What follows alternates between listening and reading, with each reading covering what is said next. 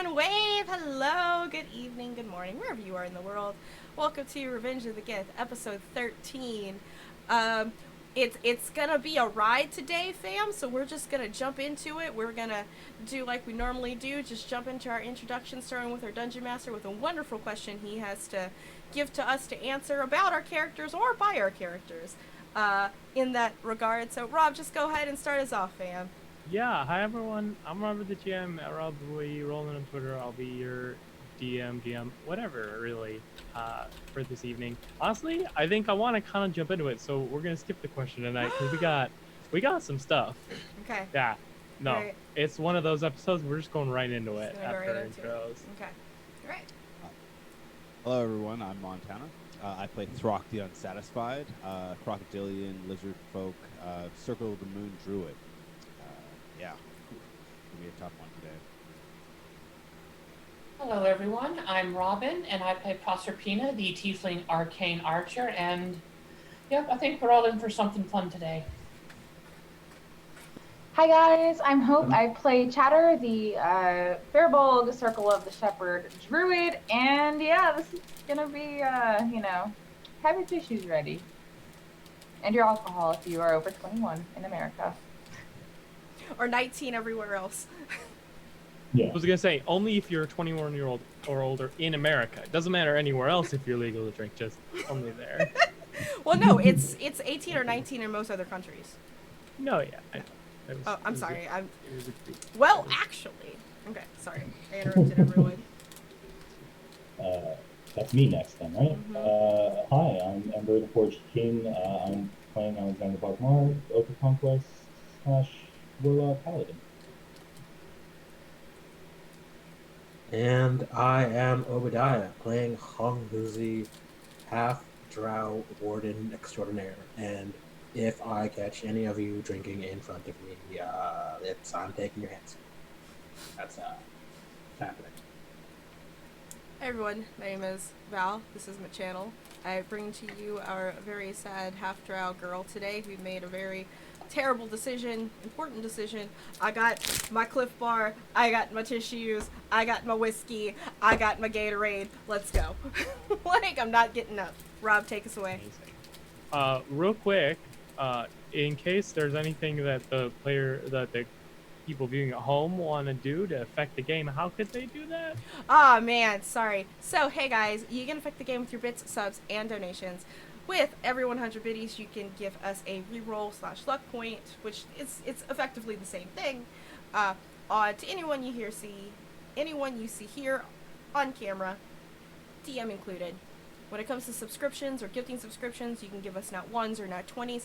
Everyone here, and you could just change the course of the game with straight up fucking money. However, nobody here on this channel donate money to do stuff right now. I mean, like, in the game. To mess up all of the fucking graphics I did today. Like, that's my only request. Amazing. Like, So, we are going to jump into it. I'll do a little briefer introduction to the world because we have some stuff. So, we are back into the world of Oriel, which a year and a half ago was invaded by the Gith Yankee, previously thought as just extra plane raiders, but in fact, a whole armada and army and enough forces to just take over the material plane. They shoved all of the people that they could out of the Underdark and sealed it off for purging, trying to kill off all the mind flayers that are illithid. Um, they thought that some might have gotten out with all the people they let live, and so placed the material plane under martial law. The party is in the first third of a cross-continental journey as they've discovered that the Githyanki aren't just messing with the material plane, but all the others, and so are heading to a ruined citadel on the other side of the continent to try and stop something going on there. Last time, they came across the entrance to the Underdark as they had been tasked and given a shortcut and then tasked to do something in the Underdark by the Lady Hurrien, Hong Huzi's benefactor? We're gonna go with that. That seems like the kindest way to put it. And however, the Underdark being an important place to the Githyanki, they had a very large amount of troops there. And so the party camped out, getting ready for a essentially just kind of smash and grab almost of just teleporting in, etherealness, just a really solid just get out plan that was very much thwarted as Throck gave away the gambit by rolling a natural one during his watch and then me rolling some other dice. And so it turned from, okay, so we're just going to sneak up and teleport in to run away. There's 2 Githyanki ships bearing down on us with magical ballista. And then things happen. So what we're going to do, Anja, you see Alexander in the middle of a huge group of Githyanki soldiers who have mostly scattered, some stuck frozen in fear, not just magically, but also because before him, towering over him, is this massive Remeraze. You have reached out and grabbed him to cast Dimension Door. Your last Dimension Door of the day. As the spell finishes, you close your eyes and the arcane energy washes past you and you feel yourself step through the portal on the other side of the door into this extremely bare cavern of the Underdark. All of your friends, barring Alexander and Elenia, there, as Alexander's not there. What do you do?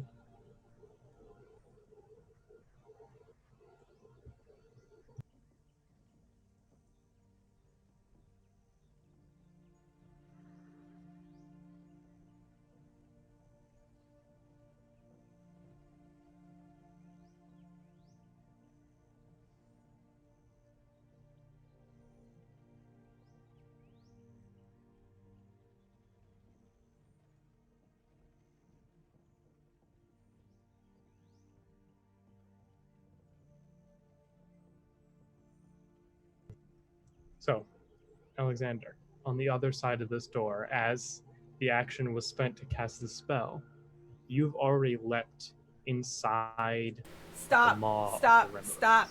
I was muted. Hmm? I was muted on OBS. Hi guys, let's refresh that. Hi. So, Andra, you just stepped through the dimension door. What do you do? Hi. She stands there with a look of face of horror, begging in 25 words for Alexander to not leave her alone. Don't leave me alone. Please don't leave me alone. I can't be alone again. Alexander, you feel consciousness fading and the burning of this thing in just the core heat of this massive creature already singeing away armor and skin as you've already leapt in, swung in this kind of heroic last deed when those words enter your mind. And you know you have the briefest of seconds in 25 words.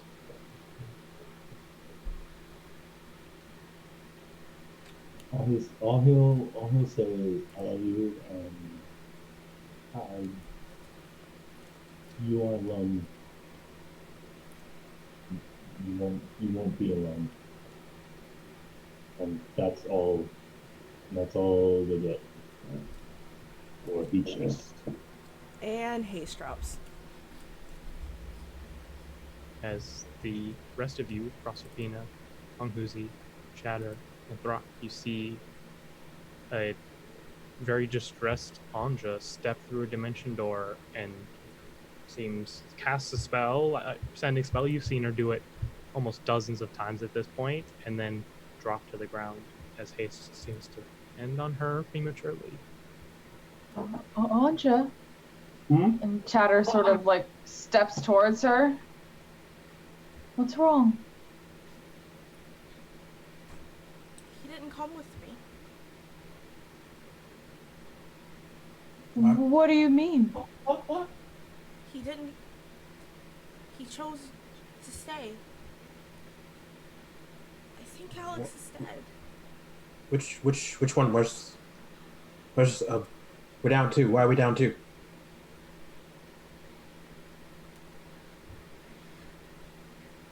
Alex, she just doesn't. She just hangs her head and she can't get the words out.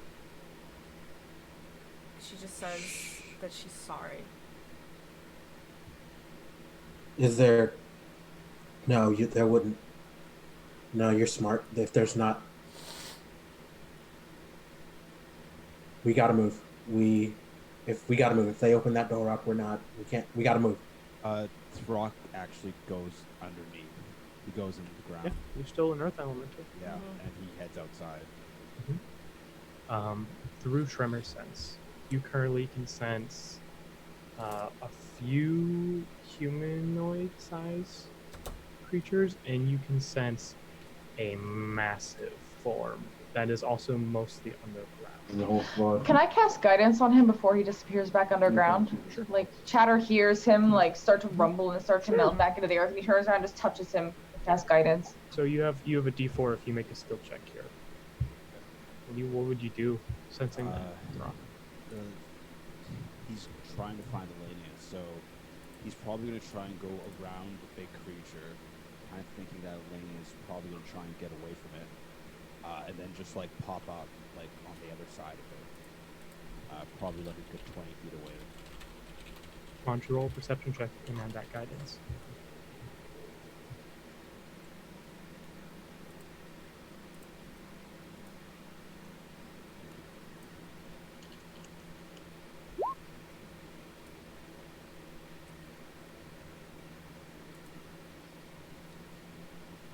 You get to add a D4 to that.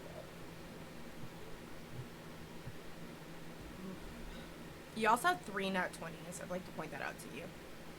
Oh. And probably a some and a rerolls. reroll. And a reroll. I'll do a reroll. Great. Good. I'll let you reroll the D4 too, since you got a 1.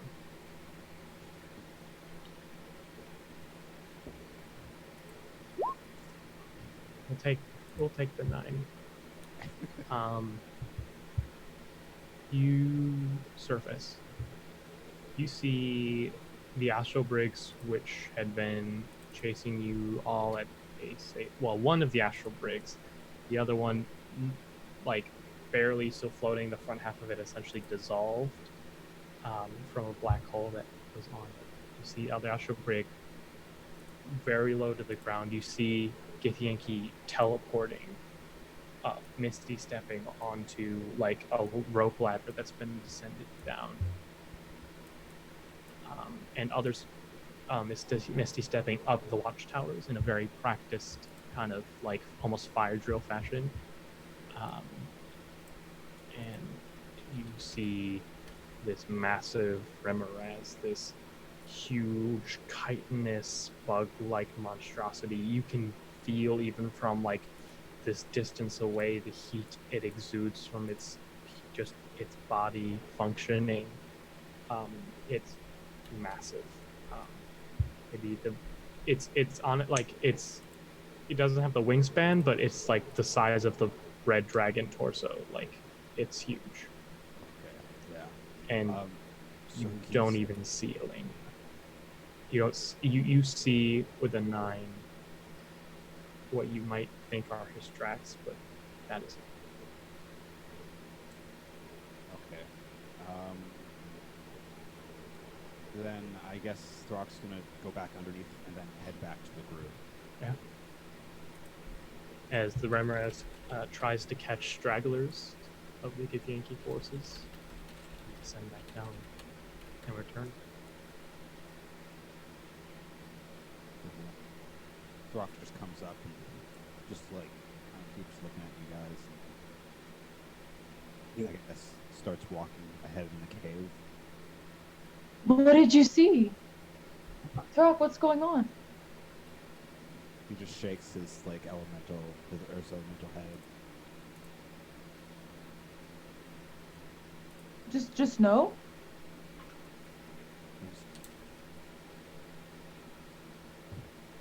He's- Chatter. Do you have Anja? And he's sort of like right next to her, but he's like ready to like, he doesn't want to like just take her into an embrace and console her, because he doesn't the whole consent thing, but he very much like wants to console her, so he's just kind of there like ready like to catch whatever explosion is about to happen. So She's We need to go. We're not safe here. We she's need to go. she's pretty frozen, like, and she's legitimately in shock. So you have to move her. Oh, I'm going to carry you, Anja, just because it's really important that we go. So I'm sorry. And he just kind of like picks her up in like a cradle carry almost, like holding her kind of almost in a fetal position, so that if she does try to run, he can hold on to her. Yeah, she doesn't fight it or anything. Hunkuzi is going to be bringing up the rear. He's going to like lag a little bit behind to see if they're going to like open this door up, and if he needs to try and delay him with some shooting. I'll stay in the back too. I've got a couple shots left on me. Yeah, you all begin kind of making your way as quick as you can down this massive cavern. I will say, again, even in like well-traveled sections in the dark, it's very common for there to be some kind of like lichen or fungi or just natural growths. There is nothing on these cavern walls, and in fact, there's just kind of this lingering scent of like arcane flame and energy, like when a fireball or a like disintegration spell does its work.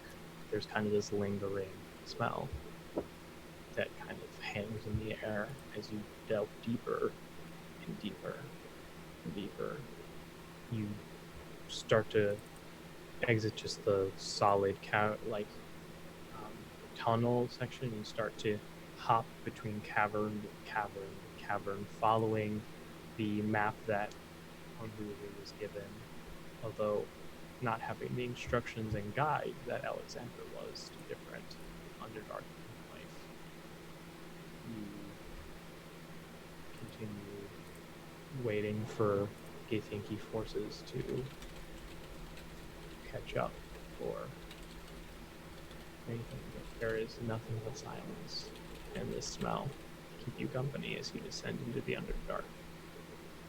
Honolulu, you will notice above offshoots in major caverns, above each tunnel, there are Githyanki inscriptions, and as you are the only person that can read them, they are all dates that have since passed. As you descend, like most of these are like probably about a year and a half ago at this point. As you descend deeper and deeper, the dates start to get closer and closer, but there is still nothing alive. Okay, and is there like am I saying like regular intervals of time passing as we're like moving down the tunnel? Not necessarily, but I think you're smart enough to figure out that not all tunnels are like equally sized. Sure. So fairly regularly, but there's no standard size for how large a tunnel or cave system in the Underdark is. Right. It's a massive the fact that they have even bothered to try and catalog when they've done this is kind of hubris, because it's a labyrinth theme in the Underdark. But eventually the drum fades. You don't need a long rest because you actually no, you do, because none of you finished a long rest. We did not finish a long rest. No. I think you all have a point of exhaustion, and you need to figure out a long rest.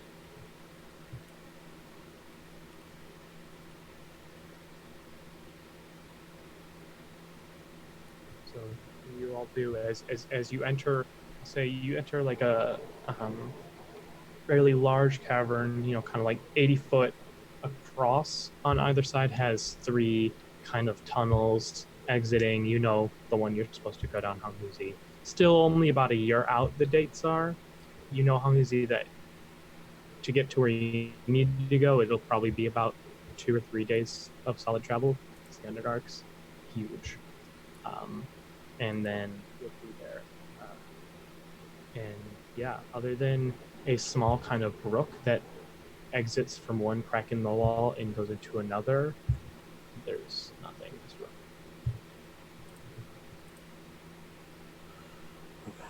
Okay. Shatter, how's she doing? He'll kind of like look down at her. How does she look? Like fucking garbage. He kind of like, whenever Hunkuzi asks how she looks, he kind of looks down and kind of, not Yeah. so good. Oh, And he great. kind of just like smooths her hair a little bit. Has she been like crying at all? Does she have tears on her face? Yeah, No, like it isn't like an ugly cry. It's just kind of like, the quiet cry. yeah, just because like she's in shock. Wait, So wait, I have wait. brownie Yeah. in my mouth.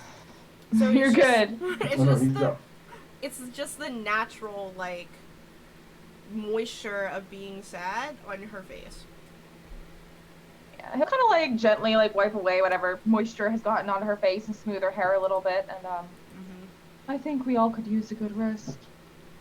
Yeah. Can you make sure everybody's set up? I got something to check on.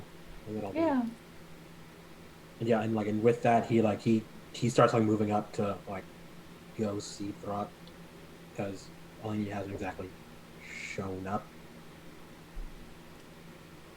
But Yeah, he like looks over at you as you're coming out, kind of like with a, almost like he knows what you're about to say, because he's been thinking about it. good to see him. No.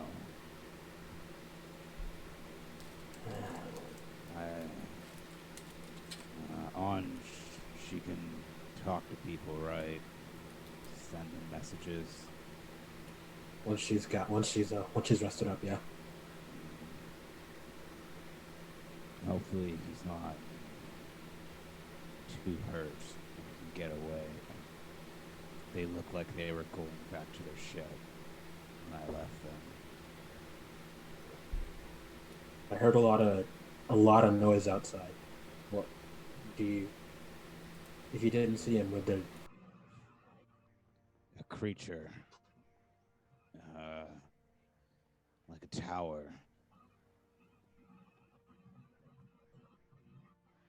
So maybe they might have captured him then. Which, yeah, I think they might do. Because Zerai are closer to the Yankee than anything else, so maybe. But either way, we'll check. Well, We'll check. good. Good. Where's and Alexander is not. He didn't. No, that's what's got her. I don't know exactly. It's maybe he tried to hold him back by himself or something. I don't know. It's hard to lose your life companion. Well, you know how it is, right? Sometimes Yeah. people don't make it. That Yeah, he's is got it. Yeah. We have a purpose that we must complete. Yeah. And I didn't come this far to give up. And I don't think you did either. I'll get through this.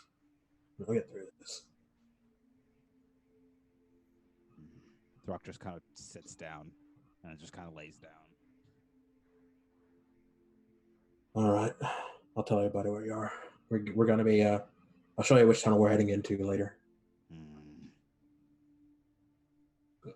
And the Hanguzi figures that they would be chased by now if the Gith were going to bother, so he's not like stressing about just letting the guy sleep. And they'll head back towards where everybody else is.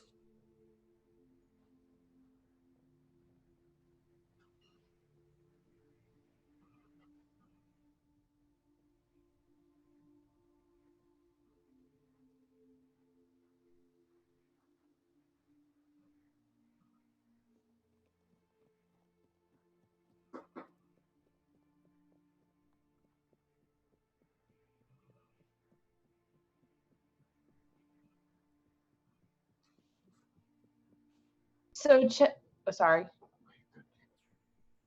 Yeah. So as soon as he senses like any sort of movement or resistance from her, he's just going to very gently like open his arms and sort of like let her go. Like he's not going to try to stop her because he knows if she tries to run at this point, she could very easily be apprehended. But he's going to watch as she casts tiny hut and just sort of like be present, but he doesn't want to be intrusive, so he's definitely just watching. Yeah. And she goes inside her hut, and you guys can't tell what's going on in there.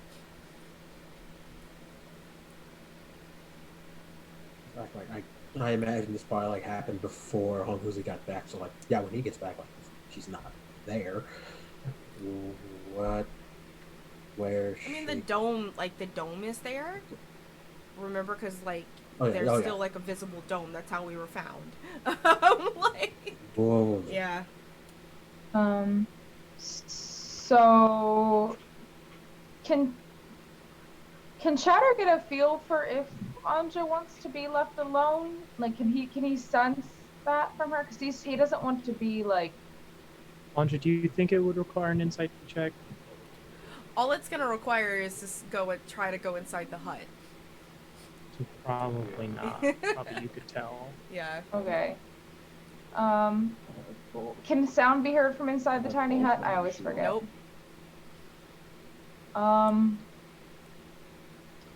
So he is going to reach into his poncho, into one of his many pockets, and he does woodworking as his little hobby, his tool that he's proficient with.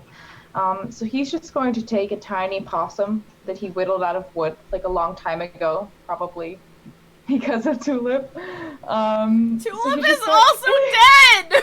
I know, but he made it for Anja. And he's gonna think that it's nice. So he's just gonna come. You know what? You're right. So he's gonna take Tulip out of his pocket. I keep forgetting that familiars work different in different people's campaigns. That you can't just resummon them.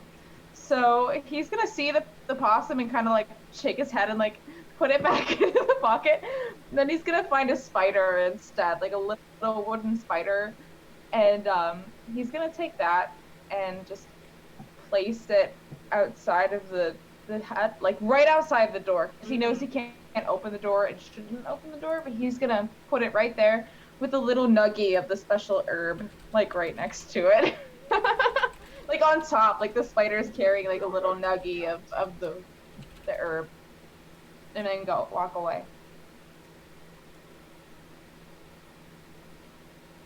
Okay, thanks. So while Throck's kind of settling himself in, he's going to do a little ritual casting of locate plants and animals. So because he's trying to feel a little more comfortable in this place, but Yeah. There's nothing around. So he's trying to find like any kind of fungi. Yeah, how far out does it go? 5 miles. 5 miles. Yeah. Extend your senses out to this massive radius. You know, solid like quarter day's journey or so, probably. I have travel speed somewhere. Yeah, no, that's like a fifth of a day's journey on foot, and you sense nothing. It makes him feel very uneasy. Curls deeper into himself, trying to comfort himself a little bit.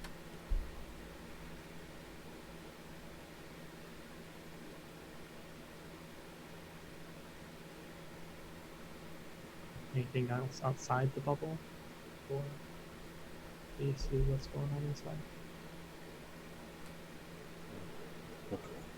So how All is I'm doing is I'm setting up my sleeping bag about 20 paces away from the bubble. Just sitting up. I'm gonna start a small little fire with my tinder box and stuff. Just I'm gonna sit and stare at the fire, thinking about a few things for a while. Just trying to be silent, trying to just be just a little alone time.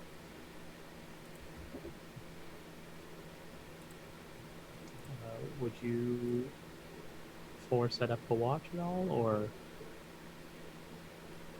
Yeah, Hungry? Chatter will offer to take the watch at some point. sounds good? Oh, I'll take a watch. I'm okay. I'll take first. I didn't have to work out. I didn't work out as much. Wake me up when you're done, Hunkuzi.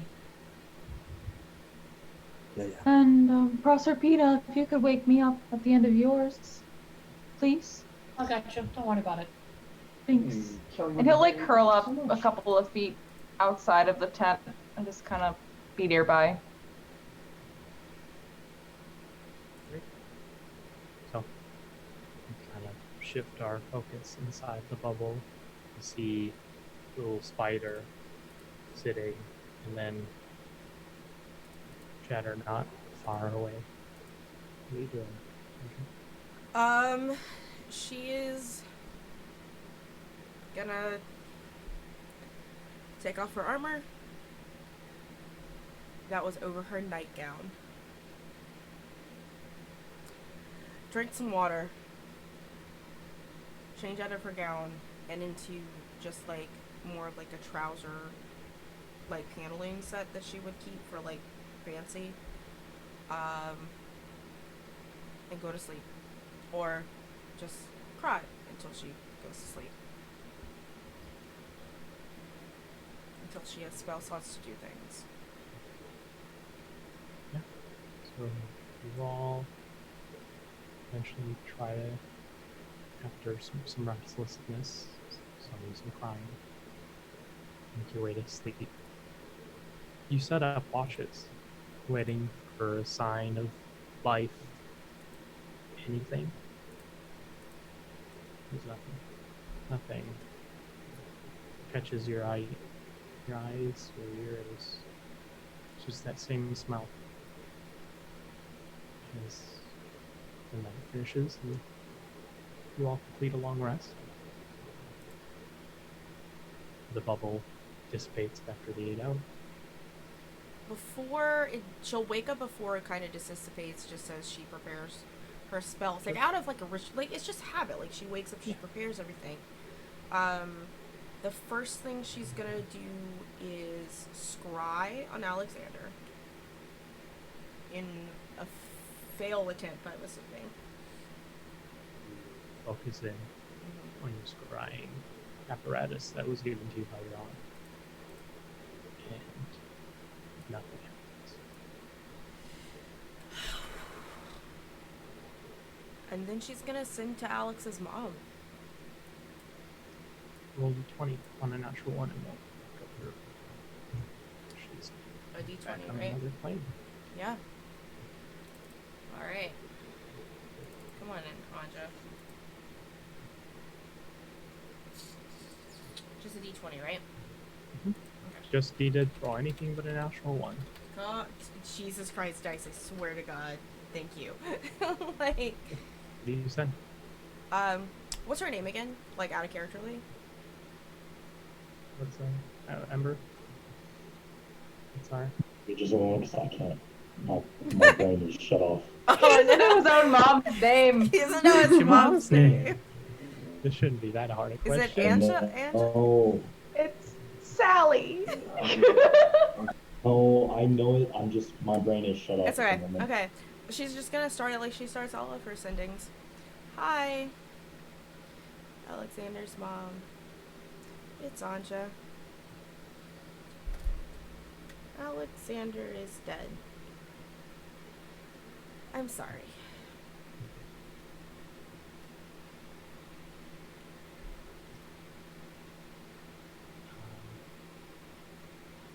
we are actually going to shift away for a second to Alexander. A day ago, well, 8 hours ago, the heat and the pain takes you, and you fall to blackness, having sent that last message to Anja, Alexander. And there's nothingness. But then you see yourself floating amidst this roiling, endless fog. Amidst this fog, you do see pockets of void and shadow where it seems to be nothing. But you feel yourself pulled up and away. You are able to weave between these pockets where there is nothing until you are amidst this massive, unending expanse. This deep blue sea of a great vast expanse, like the stars, unknowably large. You can see massive shapes far in the distance, massive motes of light.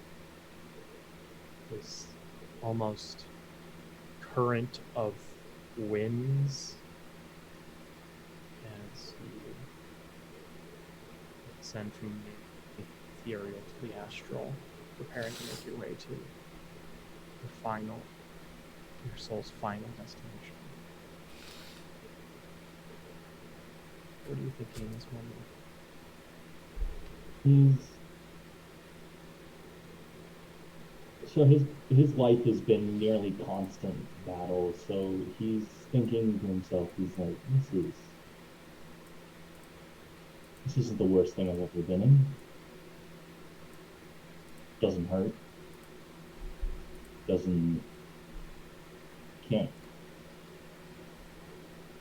He doesn't have any control of where he's going, right? No, you just feel yourself No. unknowingly drifting upwards through this massive sea. He's just looking around and just letting it take him. He's missing his friends, he's missing Anja, but he knows that they'll have to be okay, because if not, he doesn't know what he's going to do with himself. So he's content. He's upset that he's not there, but he's content with the fact that he died a warrior's death. As you rise up, thinking all these things, your progress starts to slow.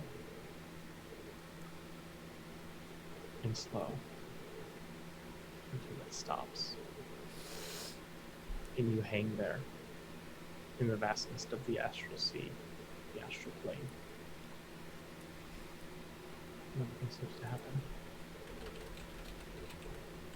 What do you think? He's just looking around. He knows how this should be working, so he's confused. It's more than anything. He's just looking around and trying to see what's going on around him. Feel yourself start to descend, drifting back the way you came. As you do, it's like you have stayed awake far too long. You feel yourself, the edges of your vision darkening, almost as if into a deep, deep sleep, an endless slumber.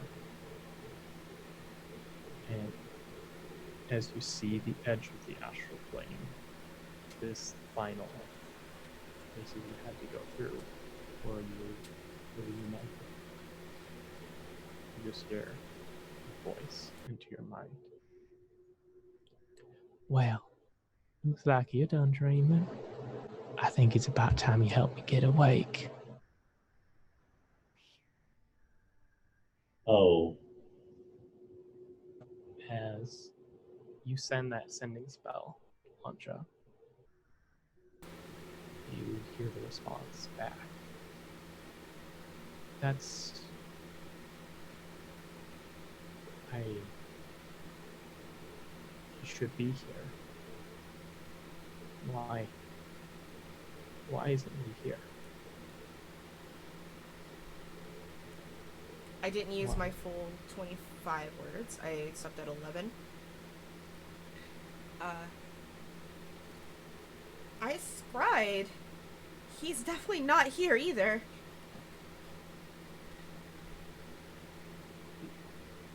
He's not here.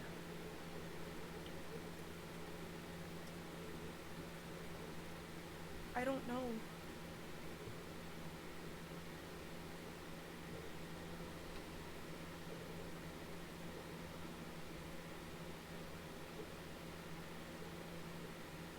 As you would have also had to drop the... Yeah, she Or was to do already dressed. Yeah. But as that sending spell, as that sending spell also dies down, the rest of your party just kind of waking up. That you didn't realize it was gone until it comes back, but that sulfurous, like, yeah, fallout magical smell comes back as well. And you just start sitting in the silence. it's kind of the first time she's been aware of where she's at. So she's gonna have a look around, and if anyone is awake, like she hasn't done her makeup or anything. She's dressed. She's fully dressed and like ready to like adventure because it's out of habit. But she hasn't done anything to herself, so like her hair isn't red. It's just like the black ends are still there because if anyone fucking knows, it's like, haha, try getting black dye of your hair. But the red is gone, and it's just that stark drow white. And even her eyes, around her irises, like normally her eyes are like this big, just like emerald green. But like around the irises, there's like a ring of bright red. She just like sort of stands there looking and see if everyone's awake or not. As everyone else, you are all kind of waking up. Rock, you were already awake, so you kind of just noticed the sending.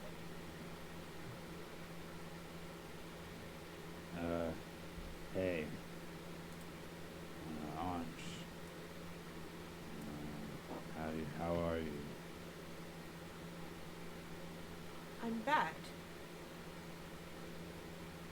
That's good to hear.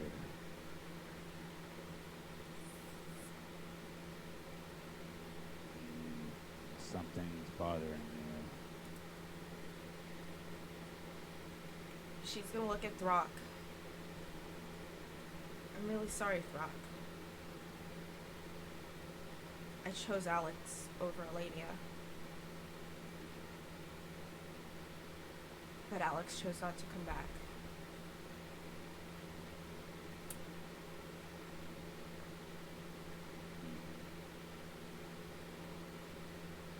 He kind of just stares at you for a little bit before he just says, I didn't see why you made that decision. It makes sense. Do you think you can try and send a message to Elenia?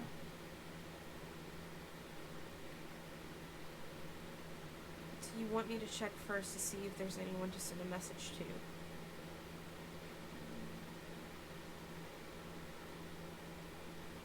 And she will use her 5th level, her other 5th level spell slot to scry on Alenia. You get nothing, which has 3 possible Mhm. uses. You're either dead, on a different plane, or blocked from the scrying spell.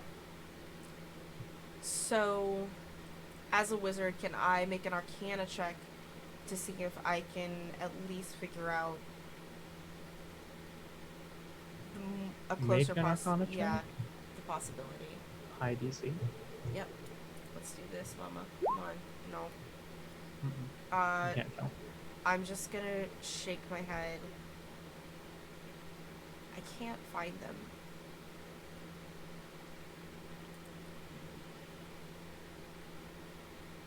What does that mean? Is the lady dead? Maybe. It could also mean that they're blocked from scribe magic, or they Just the ships that they have. Do you know if that does it? I don't know. You've actually scryed onto their ships multiple times. Okay, I have. That's how you found. Yeah. That's how you found Luminous's dad in That's season 2. She's gonna. It's like, not in the past.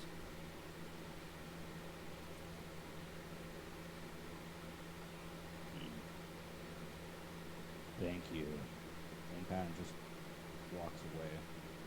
Very slowly, but just kind of walks away.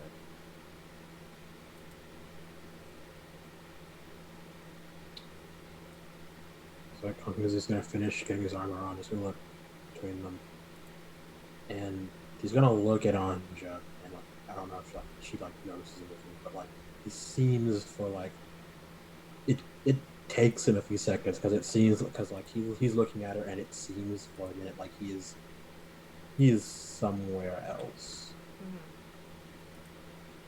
Sandra looks a lot like him. Always has. Yeah. But it's pretty easy when they don't really dress the same. They don't act much alike. But she's just standing. You don't notice the tips immediately. And there's the boss. Again. For a real long time. There's the boss. And then it's gone. When she kind of like looks up and looks towards Honghuzi,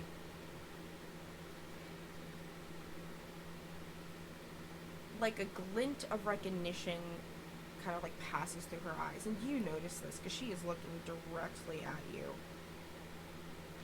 And after that recognition, it's very, very cold.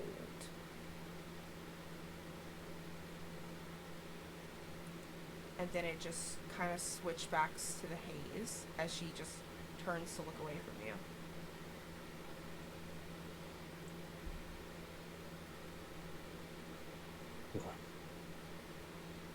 Okay. He's muttering to himself like, okay, yeah, makes sense. Yeah. Okay, how does that next time? Where's he going? Like he'll head off to like go check on Throck, but not like this is not like urgent. So if anybody else has like other stuff they want to be doing, please feel free.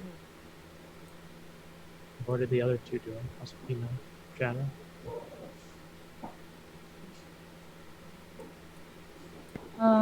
Chatter is just sitting where his bedroll is, just sort of just sitting. He's not doing anything. He's just watching very, very carefully.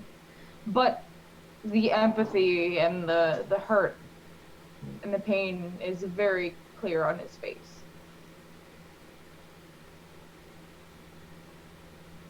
I'm doing much the same. I've got my leathers on. I'm rolling up my bedroll, getting ready. I've got my bow in my hand, just in case. We seem to be alone, and that's really, really worrying me. And I just keep looking over at Anja with the. I want to say something, but I've always screwed up in the past and said the wrong thing. So I just sort of want to give the look that says, "I'm here," and I won't say the right thing, so I'm not gonna say it. But if you need someone to sit with you in the dark, I'll be there. As she kind of like notices that look from Proserpina, she looks down away from her, almost ashamed. And that's when she'll notice the wooden spider that's been carved, and she'll stoop down and pick it up and just stare at it before like closing her fist around it and then looking back up at Proserpina, almost like sucking her teeth in thought, pocketing the spider and looking around at everyone else. Are we ready to go? And I guess this might be time for nothing. Yeah. And I assume like she says it like loud enough to be like heard.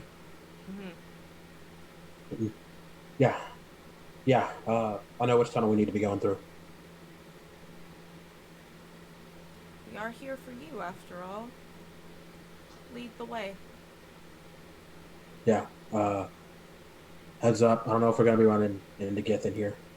They've been leaving marks.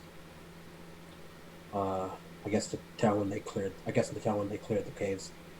Currently, it's about a year ago, I think, but it's getting sooner.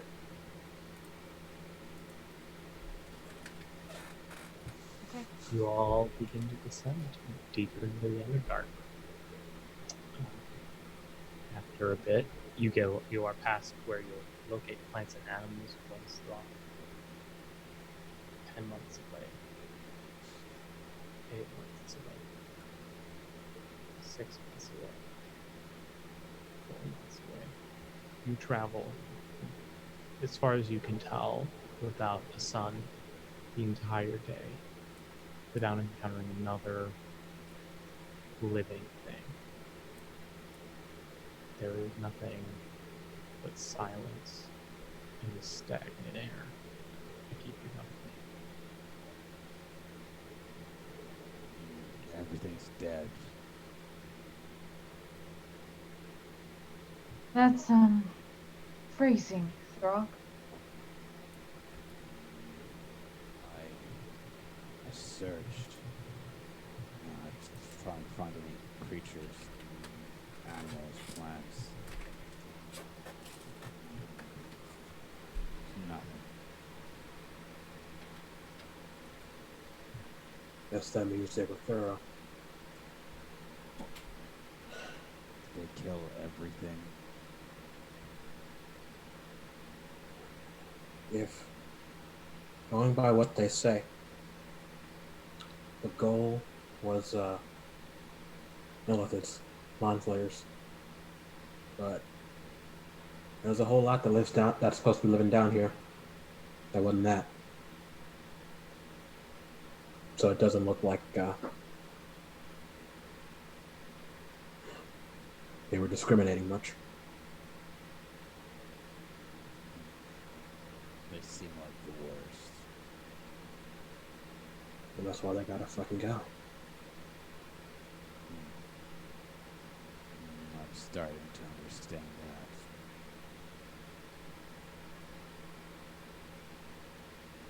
Brock just kind of like rubs his hand along the wall as he's like moving down. Does it like feel smooth almost? Yeah, it feels smoother than it should.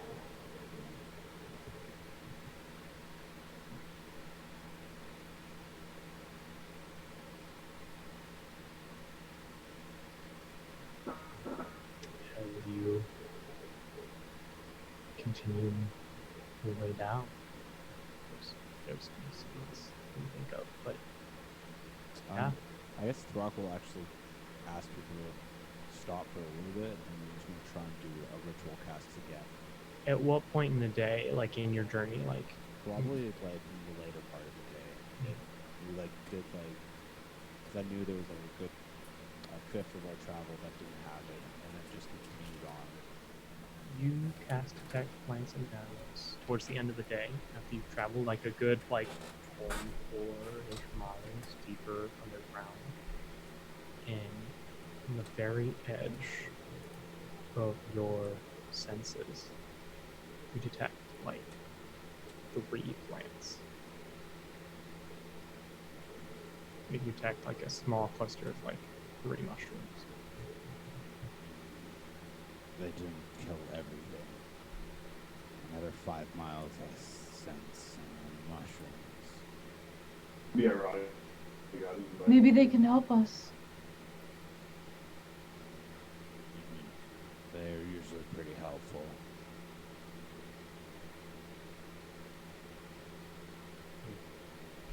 So unless anyone be doing anything else or saying anything else during your day of travel, you have to bed down for the night. Anja, you got time? For what? Need to check something. Okay. So okay, he'll just motion walk away from the group for a bit. Mm-hmm.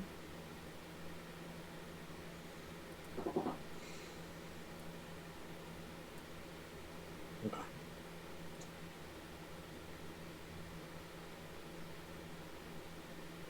So last time I saw Drow looking at me like that, she tried to kill me.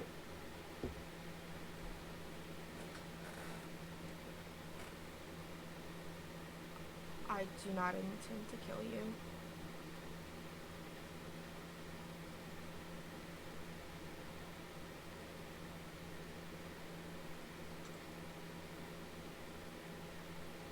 Okay. I'm not much good at this kind of thing. The way I live, I lose people. Not much to be done for it. You have a task, a purpose.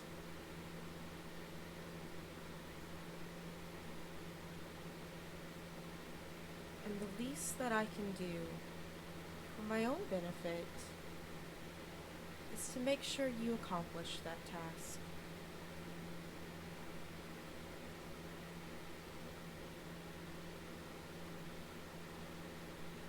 Okay. Okay. Okay. Yeah. Yeah. Talk to me if you need anything. Yeah. Yeah. Okay. I need you to make sure that you keep her safe.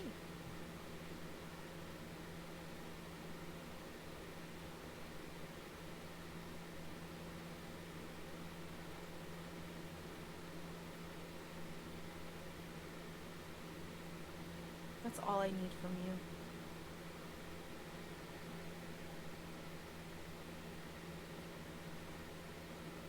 No. I'm gonna need you to be explicit. Because I know that could be real loaded.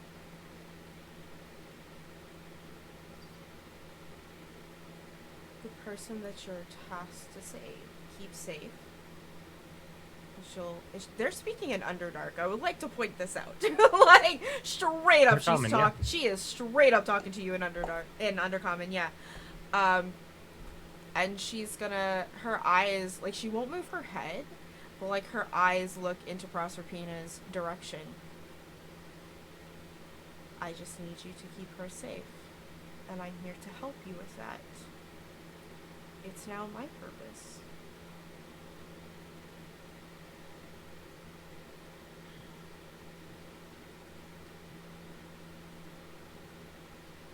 At this moment, Hungers, you feel a slight heat from your back.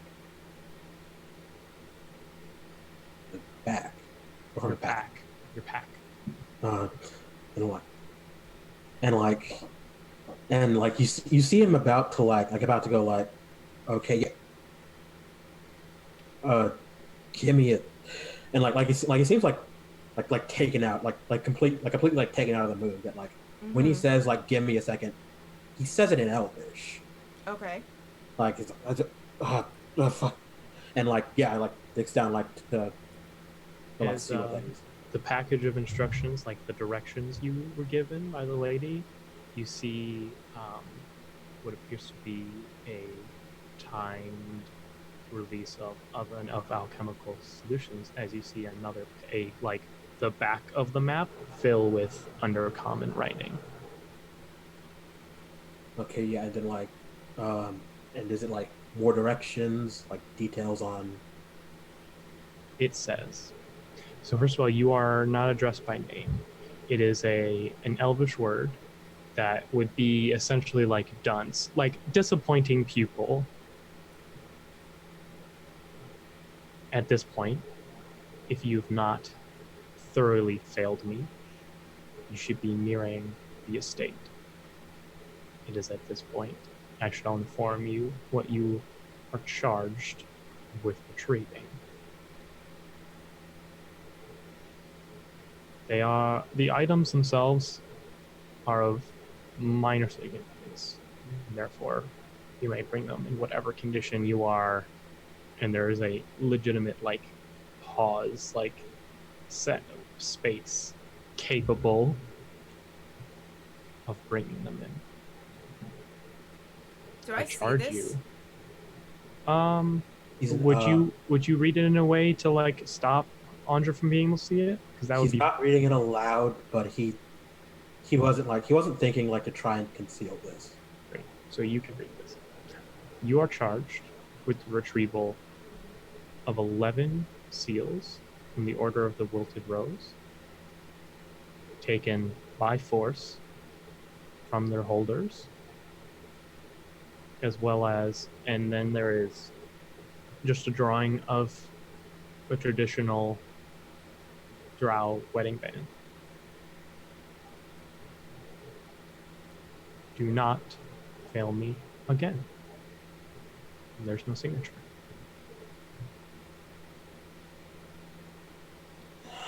And then like he'll nod, like look up, and like I assume that Andre isn't like is standing like pretty close, and she was reading this too. Like Rings. uh, you got it all, yeah. All this for rings. What is it? Hunguzi, I look forward to the day you no longer accept her torture. And when you make the right choice. And I'm gonna turn and leave. And I'm gonna stand next to Proserpina and link arms with her.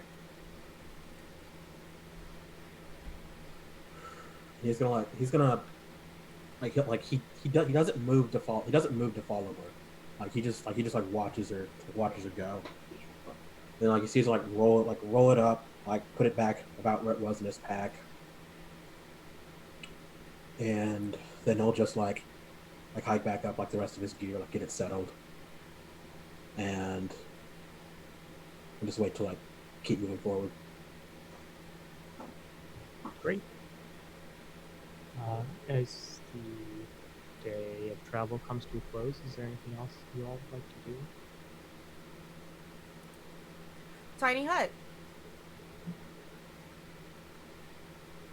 Is it just you still? Proserpina's allowed inside. You sure? Absolutely. Okay. We gotta keep you safe. Well, I do what I can. I'm not good at talking to people, so. It's okay. Are we still not near plant? Yeah. So that would like your detect thing was like Mhm. basically tomorrow. After like a couple hours, you'll hit those 3 mushrooms. Cool. So you all take another long rest. You begin your journey further down. After a few hours, you reach a 3-way junction. Do you know, Hanguzi, that you need to go down the middle one? That is still clear of life. However, yes. Did you have something? Oh, Andrea? no. That's Okay, just cool. me thinking out loud. Yeah. Mhm. Okay. However, to the right, there is, you see, with still a date over it, in a few months, you see a small little cluster of mushrooms and just the smell of like fungus, like of things growing deeper inside. It nowhere near getting you closer to your objective, but it is there. And like the date and just to be clear that I understood you right, like the date that is listed would be in the future. Exactly. It's like a few months in the future, and then the other two have dates that have already passed. The one that you're going down is about like 2 months in the past, and then the other one's probably like 3 months in the past, Okay, so and they're Hong is like both will. gone. Okay, so Hong is like will speak a lot. That one's a few months in the future. Must be schedules.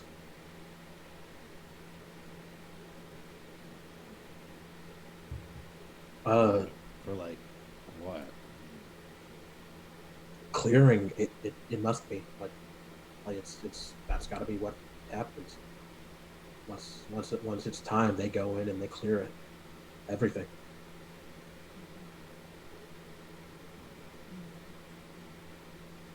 Could you, like you said, you can talk to plants, right? Is there something you can? I don't. I Can you don't warn know them? what I could ask them. I, They're not super smart. maybe they can warn something that can get away. That what? Something that can get away. I don't. I don't. We're not going to be able to stick around and save anything.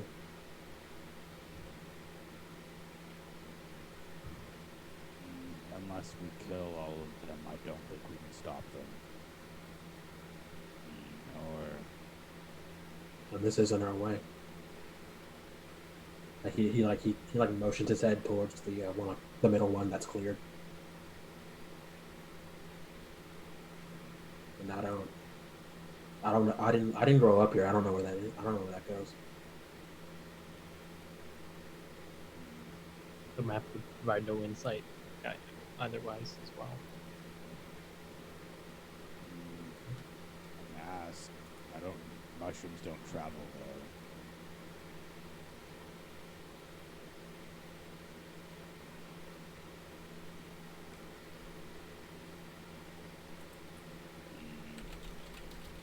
Do you think it'd be worthwhile? Probably not. They only really say what they've seen, the location they've been, and I'm sure they're going to tell me that they saw their brothers and sisters get burned alive. Yeah, you're probably right. Better head on then. Yeah, I'd rather not talk to a sad mushroom right now. Great. So we continue onwards. And about midday, you're only about a day out, you come upon a cavern that is clear. However, both tunnels appear to be full of their dark life. Now, Anghusi, from the map, it is labeled. There is the correct way to go, and then it is labeled like you could go this way if you were an idiot because it'll increase your journey by 3 days. But both tunnels would lead you to where you need to go. And he'll motion his head towards uh the one that's faster. Like this one's the fast way. She doesn't. The map doesn't recommend the other way. Well, we certainly don't want to have her upset with you, so let's go the right way. Yeah. Yeah, we probably shouldn't go the slow way. So do you just going in the tunnel. Anything else you want to check before you go down? He's gonna. So you said full of life. Like, are there any dates on these, like the one that? There are. The shorter path is slated for tomorrow. And the other one? A month from now. And so yeah, I figured like as they like start heading towards, like he looks up, notices like there's gonna be Gith here tomorrow. Which, Like, unless you had a supernaturally fast way of journeying through the Underdark, you'd not enter the manor before then. And this is gonna take longer than that. And the other way, we'll have a month on them. I think the option's clear, I guess.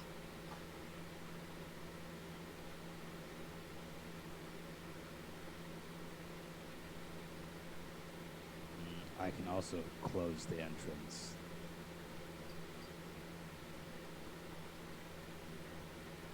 Could slow them down. Can you close both so they won't be sure which way we went? How far away are they from each other? Like the two entrances? Probably about 20 feet separated, but you you have multiple spell slots, so you could probably pretty easily close up both. Yeah, I can do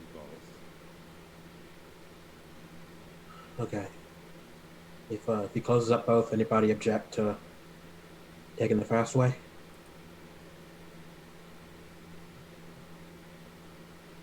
No, I'll trust your judgment.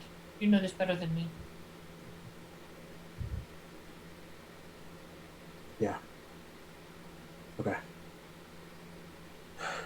Do it. All right.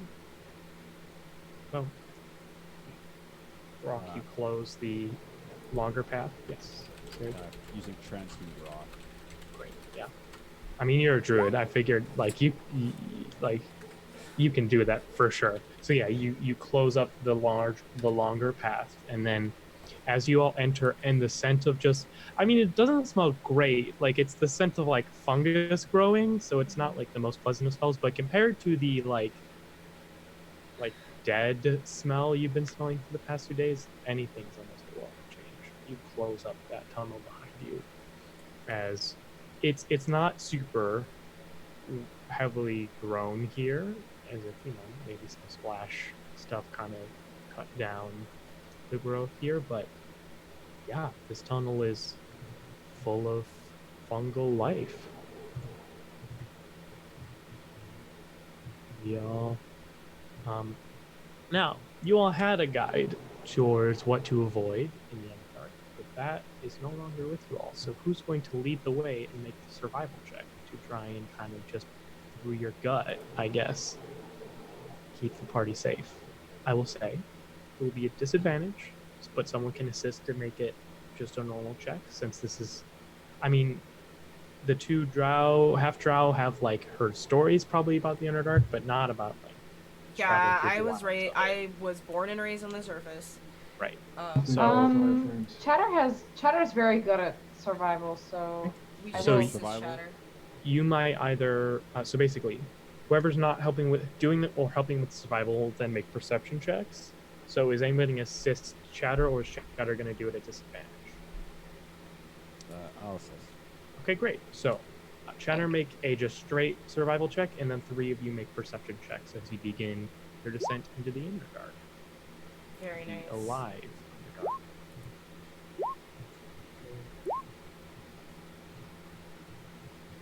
Okay, so Chatter, you do have to, as you descend, only maybe about 15 minutes past where you close that tunnel off, it is almost entirely tunnel is almost entirely covered with fungus. Like, you are essentially walking through a fog of spores at this point, of just like fungus left unchecked, untamed. Um, you see small spiders and small other and insects crawling all about the surface of these tunnels, just abundant wildlife. Nothing too large. As you continue further down, there are a few other things you do notice. Bones of different, some animal creatures, although there aren't actually many creatures in the Underdark with bones. Most just rely on chitin. So mostly humanoid. Gnawed clean. Picked for every last scrap of meat.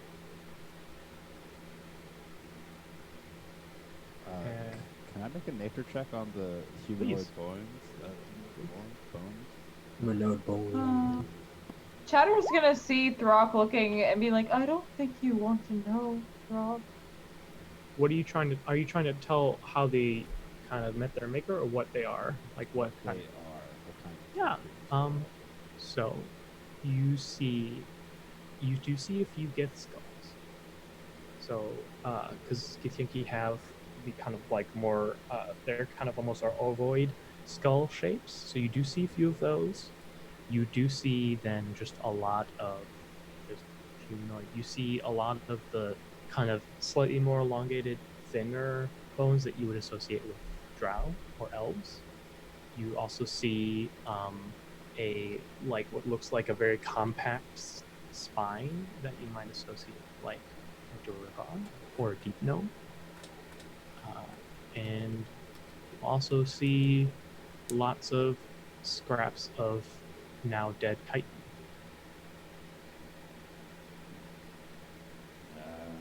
He picks up one of the guest skulls and said, they've been down here, apparently.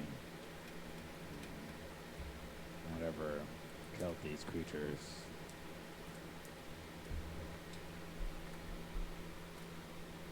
Should we maybe send someone ahead? Check it out. I don't think we should split up at all. Yeah, as also you and Throck, Chatter are essentially just relying on kind of your innate senses as being druids, like being connected to the natural world, to kind of avoid. Like you see, basically you notice that there's a larger concentration of bones in some patches of fungi, where creatures might have stepped in and then died from the poisonous fumes they might exude. As you're basically just kind of, wherever there's more bones, we're just not going to go. But also where there's no bones, we're going to go.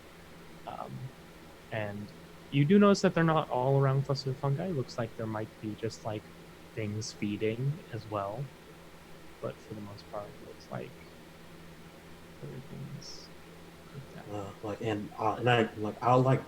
I'll be like double checking the like what I do have to like see if like to hopefully like preempt, like avoid running into traps you might have set outside the compound. Yeah, I mean, you still like a little more than a day away. Like you're gonna have to rest in this section of the Underdark and then journey, and during that journey, there's the risk of the Gith. Okay. So yeah, we got a ways.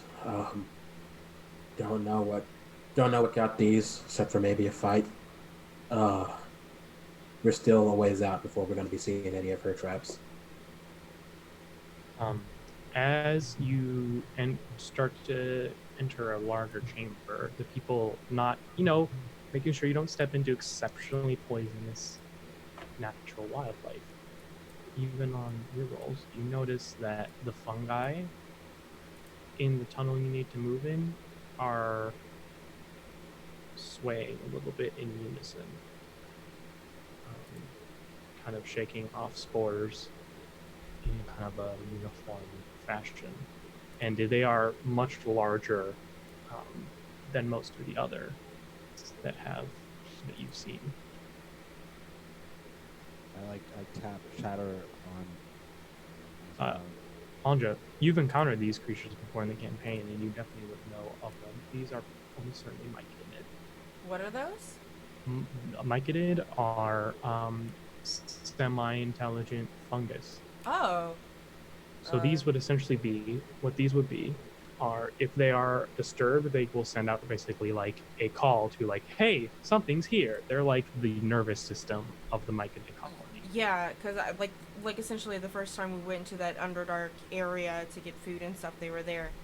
Yeah, they're like true neutral, just plant creatures. Like they just feed off of dead things and spread yeah, themselves. I'm gonna let. I think yeah, Chatter was there Chatter too. was there too. Yeah, Chatter was also Yeah, there. I'm gonna like exchange a look with Chatter. It's just like I look familiar to you.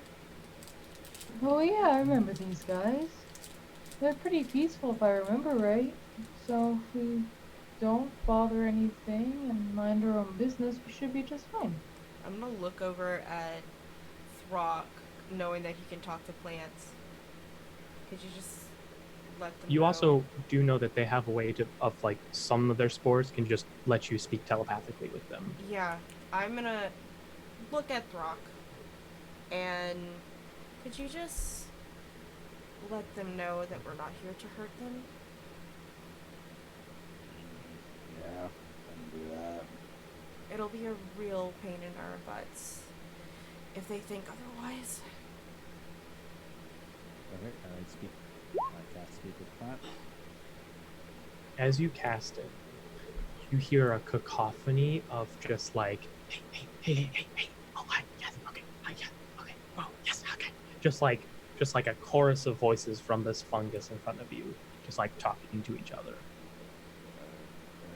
Hey. Yes, hi, yes, hi, oh, hi, yes. Just like hundreds, maybe thousands of people all turning around to say hello to you at the same time. Okay. I'm gonna make a con save to see if I throw up. Do it.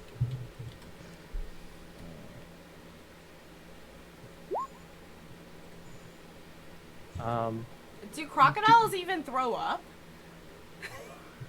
Not Sure they normally. can. I think it just usually Yeah, does that. I'll say you just retch. And you then hear thousands like, ooh, yeah, yes, no, do that close, yeah, okay, good food, yes, okay. I kind of over talk. Yeah, and you do, and you're like, yes, ooh, yes, yes, good food, yes, yeah, yes. We're peaceful. Peace, yes, peace. Just kind of keeps moving forward and tries Hi, to hi, take care of them. Not Ashbringer, no, peace. Because he is like visibly like. Yeah, you see Throck just like clutching his skull, like just in almost agony, it seems like.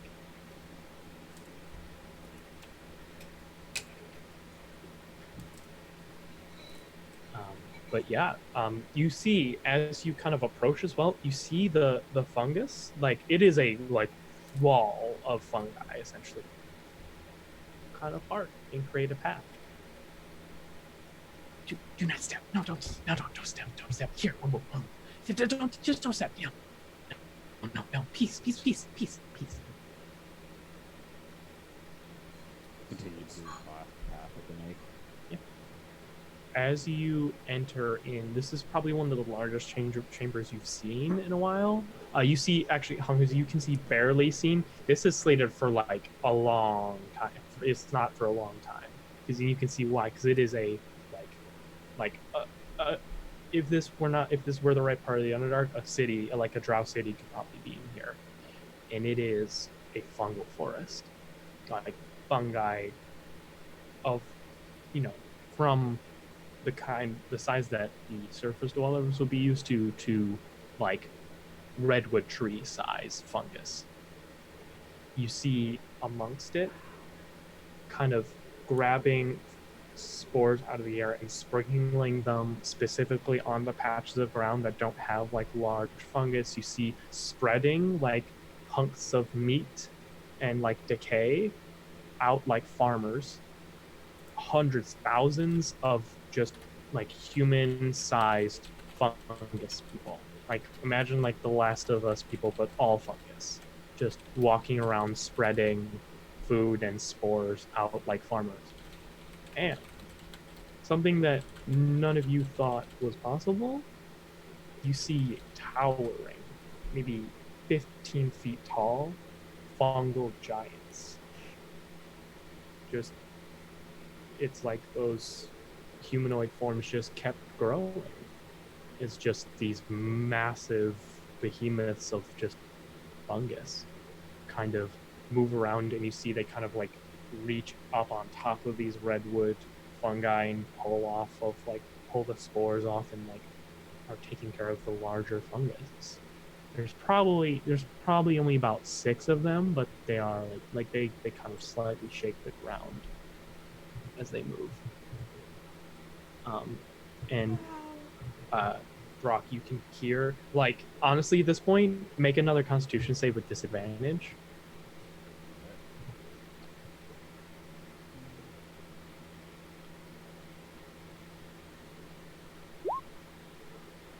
So 12. Yeah, you are able to like turn the spell off before you take psychic damage. There are so many voices in this cavern in hearing range. So like speak with plants is gone, as like you are in a, like, this is millions of lives in here. I'm never doing that again. As you all breathe in this chamber as well, you do feel an effect come over you. For those of you who were around Mike minutes before, this is an effect where they may now speak with you telepathically. Is there anything you all would like to do, or you just kind of walk through, or? Other than like, because I assume like Honghu's like he doesn't know what this is, but he doesn't really feel like getting high, so he's probably just gonna not think about it. That gets me places, and like just look around. Like, are we still good? Oh yeah, this is the right path. Yeah, and like I assume that like they were like kind of making a path for us. So are they still doing that? Yes, you see the path is leading towards one of these behemoths, though, like the massive ones.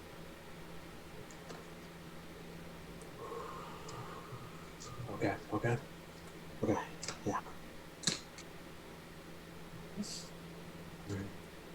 So do you all approach it?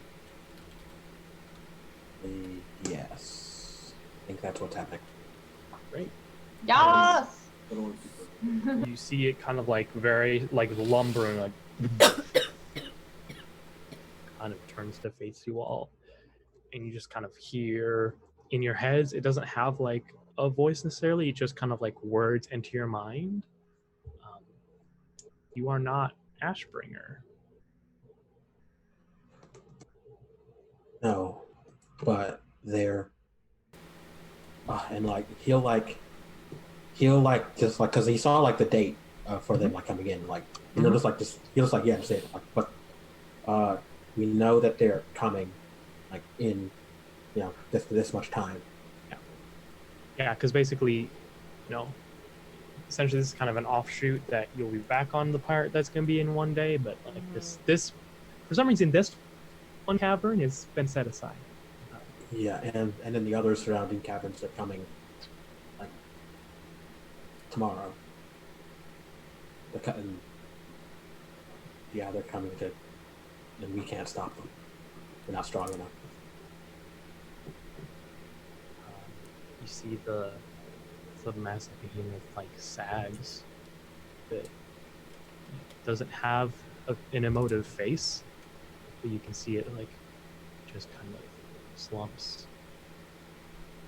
This is known.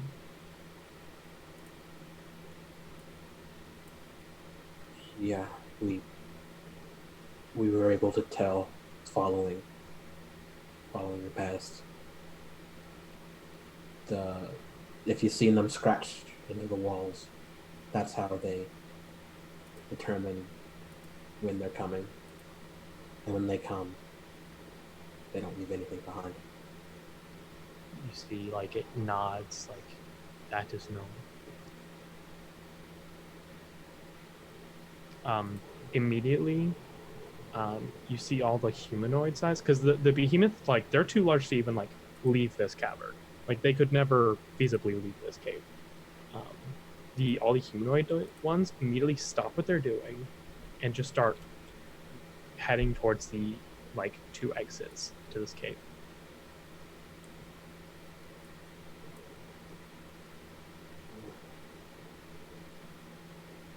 It is known that this place is safe for now. You have they're putting this cave off. We've got like about a month and a few more days before they come to burn this place.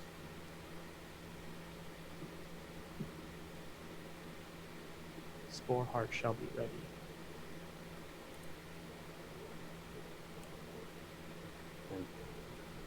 And, for us, we have a destination. It's a pass through. We just all we need to do is just get there. We don't want to disturb you. Peace. Yeah. Peace. And, like, its massive head, like, nods. Further, Ashbringers. They make wrong trees. They do not grow. We all hear And yet this, they right? stand. Yeah. All of you should hear that. Like, it's sending its voice to all Yeah, of you. yeah. They are like pointing at the massive cave. They are like Mhm. these, but they do not grow. It is wrong. What does that mean? Cows, maybe? Make just intelligence checks. I'll say, see if you can interpret this. Not super intelligent fungus creature's understanding of what this thing is. Intelligence checks for a wizard? Oh man. Mm-hmm. I didn't do that great. I'm Nope. pretty average. Yeah. Weird. I wonder why you're not thinking at 100%. Yeah, it's fine. It's the dice feel me today. Yeah, unless anyone else wants to try it, it's like, Maybe you'll get a number. Maybe you'll get a good number. Wait, what kind of check was it? just a straight intelligence to try and like interpret Oh, this thing's understanding. I'll try, but Chatter is to dumb. Oh, he's a himbo. It's okay. Oh, baby. Okay, unless Proserpina or Throck want to try, yeah. I mean, Throck's They're- gonna ask. Total himbo. Was the They tree stand. going up or was it going sideways? They do not grow. They are not born tall.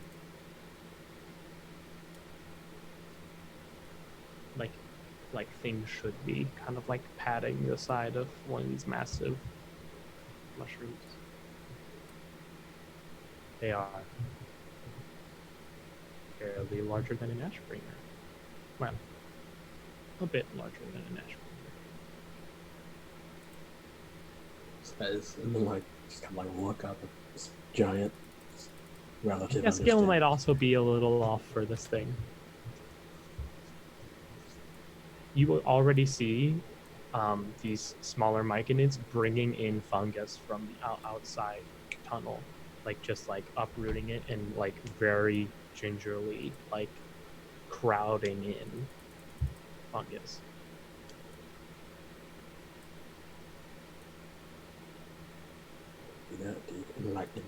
Yeah, as I was like definitely aren't making any connections to like 11, 12. So just like look back at everybody else. But they're up ahead. Further.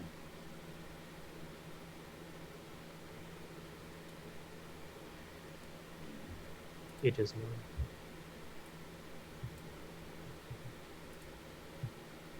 Throck turns to the group and it's like, I guess we need to prepare for a fight.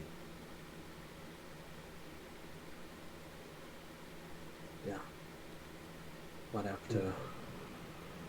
Fighting Ashbringers does not work. This is known. Are there I- many? Not as many as here, but they bring many things.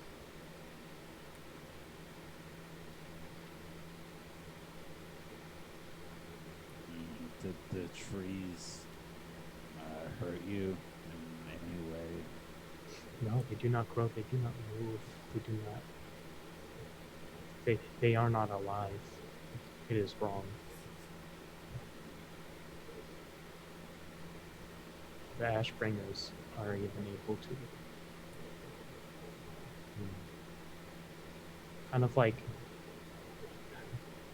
kind of points at like one of the more organized sections of fungus, kind of like indicates towards that larger noble hunters.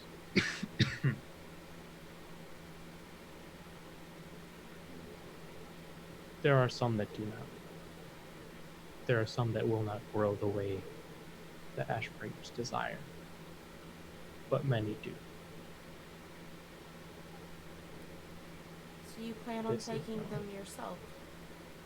The Ashbringers. Say it one more time. Do you plan on taking them on yourself? The Ashbringers. That there is. We must protect the Spore Heart. That is our only goal. She's gonna look over at Hong Huzi and speak in Undercommon to him. It sounds like we have a good distraction to keep them busy as we continue on. Shall we go? Like he'll stay back, like on timing, yeah. We it might get a little hairy once we have to break through. Once we have to break through, because it looks like they probably cleared up wherever they're staying. But yeah, we should be good. Not much else we can do here anyway. Nothing else we need to do anyway. In Undercommon. And then back in Common. Shall we go? Why are you talking like that? Because we're talking in secret chatter. He just does one of these. Secrets are no fun. Secrets hurt someone. Hashtag mom does not approve. Does he say that out loud like chatter? That was Obadiah. That was me. It is very much like a mom does not approve face. Yeah. The Colossus will. You should not be outside. There are Ashbringers. You could stay. Wait for the time when they come. Fight them.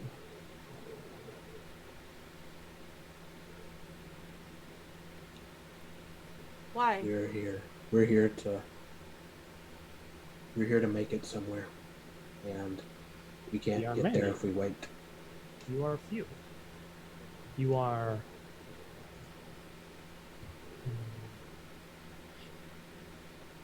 You are alone. Like, and kind of like gestures to the like connected hive mind that kind of is Myconid's. We are together. You This are, is known. and because you're together, and because you are the way you are, you have to stay. We have to go. Bye. This is now known.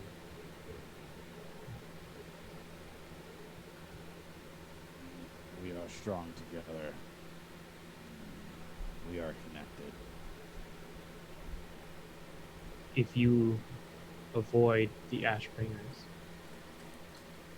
bring such strength back. We're going to kill them. Let's go. It's not a word, but you just get like the emotion of just, I mean, appreciate the sentiment almost, like that'd be nice, but at this point, not hopeful. Yeah. As you leave the Myconid colony in the center, you see the size of like a pretty large house. You see what essentially looks like an upturned mushroom cap that has grown into the ground, that has just kind of a giant seed pod in the middle of it that is not creating, but is in fact like sucking spores into it. And you see these massive giants are like grabbing the spores off of the giant redwood fungus and planting them into this thing.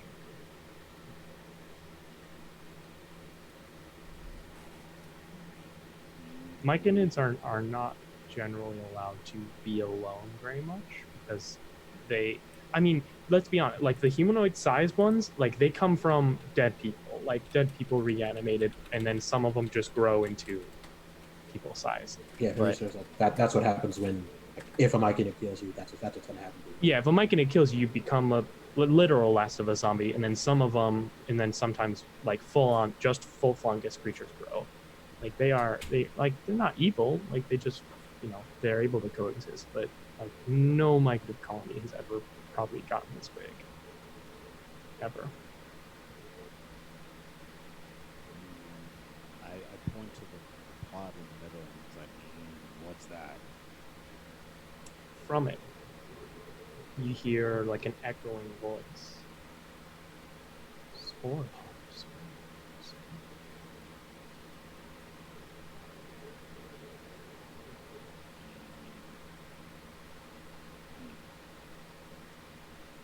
I've never heard of that before. Spore heart was not known. Was not known. Was not known. Forgotten.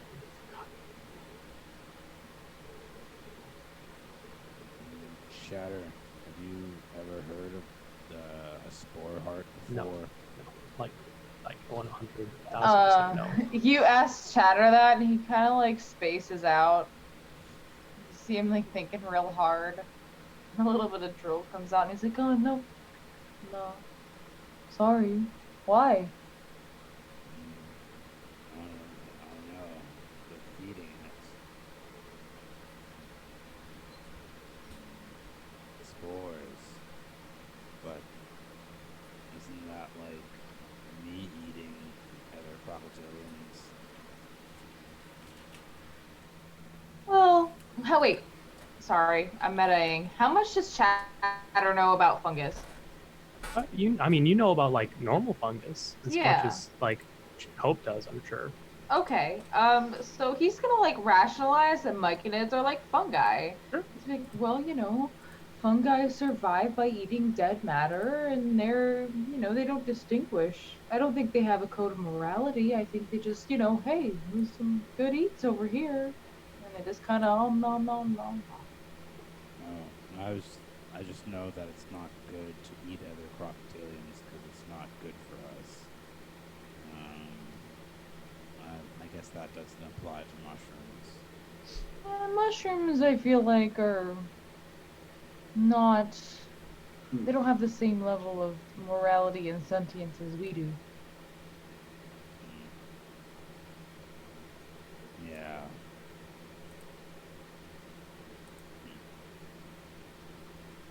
As you exit the chamber, you are able to reach a resting point. Is just Anja and Proserpina in the hut again? Oh yeah. Okay. Well, she's the only. Proserpina's the only one that has the physical capability of being allowed inside the hut. It's up to her if she wants to accept that or not. But straight up, it's the only person. Would you, I'll Proserpina? accept it. I will Great. accept. As everyone else, you get the fun experience of breathing in spores for the whole night. As just because you're not in the myconid colony doesn't mean there ain't fungus galore. So, Chatter will like sleep in the fetal position with his poncho over his head, and as I realize like that probably won't help, everybody's exposed to everything for the duration of the night. So Yeah. So, yeah. Brock's going to use his extra furs to kind of put it over top of his head, so it stops putting some of it. Great. So, you all are able to get a long rest. Unless there's anything you would do before or after that long rest before you head out. What's going in the hut, Proserpina?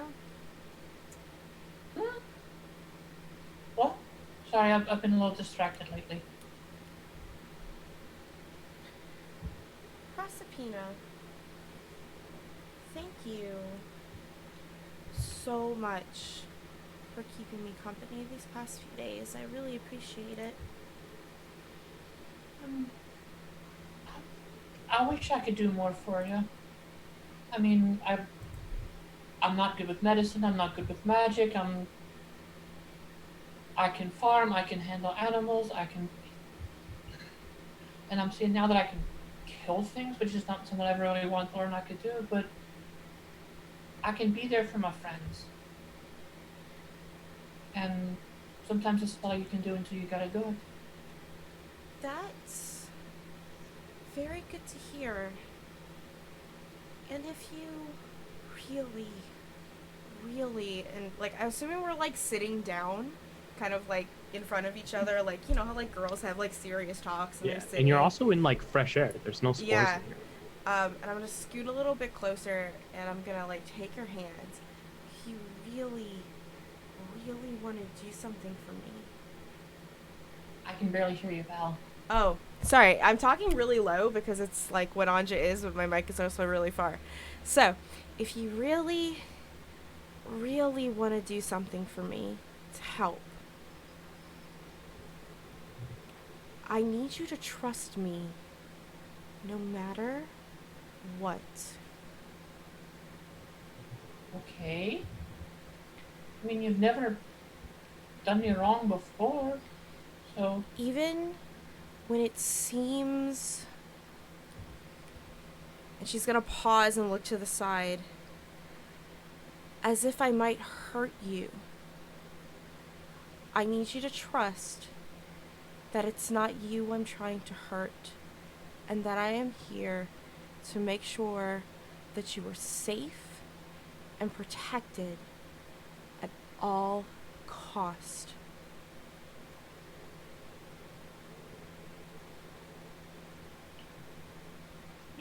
You see me cock my head sort of like a confused dog, like, okay? Will you promise me that?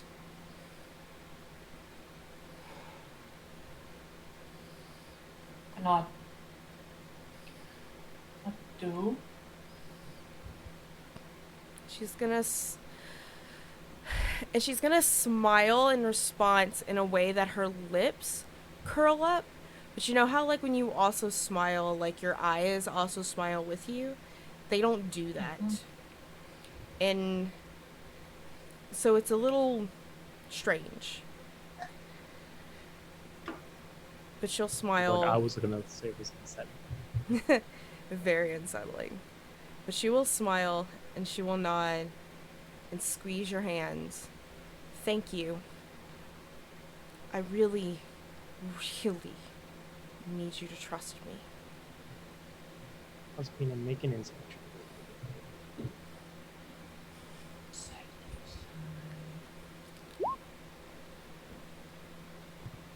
She wants to keep you safe, but all I'm going to say is that you imagine if, and you don't know why, how or why, but if Lady Green would ever smile, that's probably how she would do it.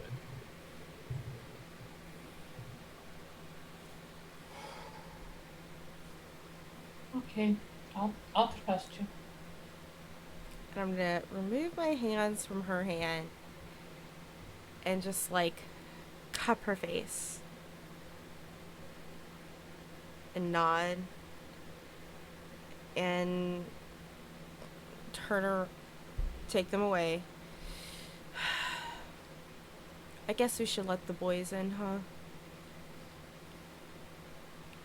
I guess. I mean, they're probably fine other than spores probably getting on everything. It's probably kind of gross. I can imagine it's really bad for their allergies. Would you go get You them? can't hear it, but Hong Huzi sneezes. Bless you!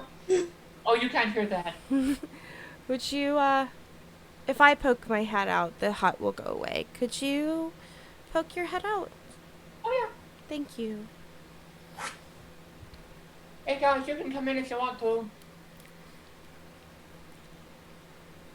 Oh, thank goodness. And Shatter like immediately scrambles to his feet. Just like sneezing in the spores. Just like those dog sneezes, where it's just like Yeah. a huge burst. Yes, it's just like the whole body. As he just like ducks in. I'm also imagining like the dog shake of all the spores Yeah. off of him. As the thing is, they just like disappear into like because of the kind of containment. Yeah, he just does a full body shake and just like goes and sits in a corner of the tent. Yeah. Because it's a sphere, perfect. Yeah. Sphere. Okay, Yeah. so he sits like he kind of looks for one and realizes there are no corners. He just kind of slides down and sits.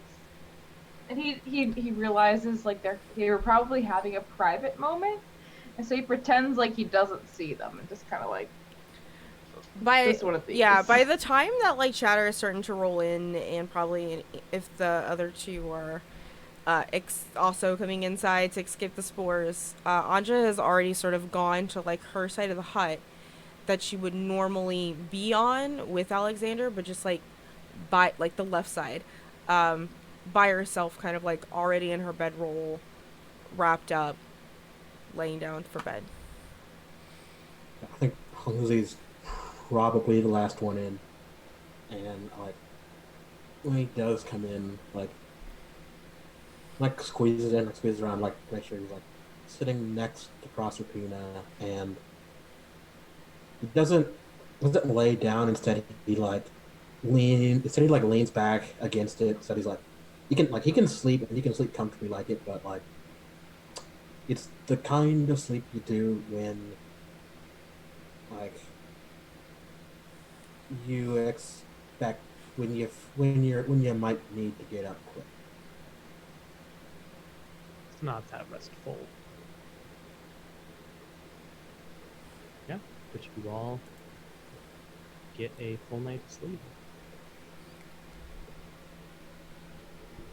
Why don't you all, as you continue down the next day, make some perception checks?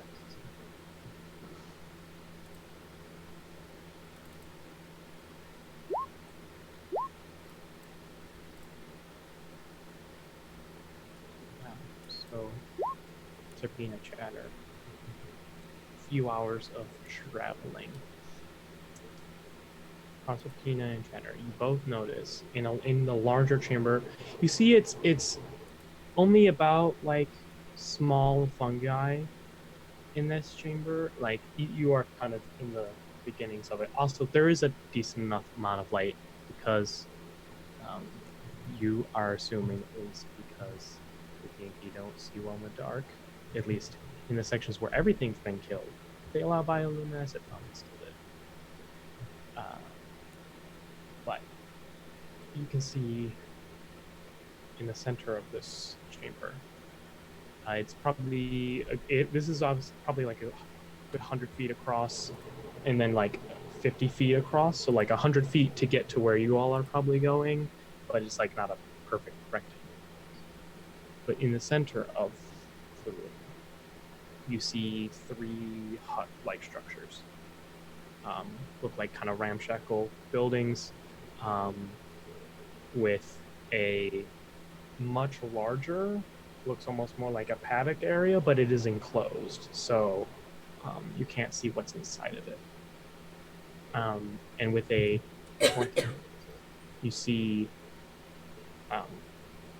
There's like another like smaller like squarish little building. You see a Gith Yankee outside of armor, like kind of sleepily walk into the small hut, which you assume is probably like an outhouse, and then go back into one of the larger buildings as the non-growing trees. We can think here in the middle of this chamber.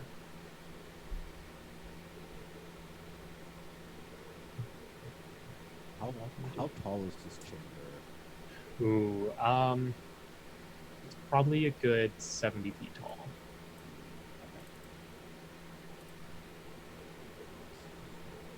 Well, first thing I'm gonna do is I'm gonna hold up my right arm, stop, and they'll see me pull an arrow and then knock my bow.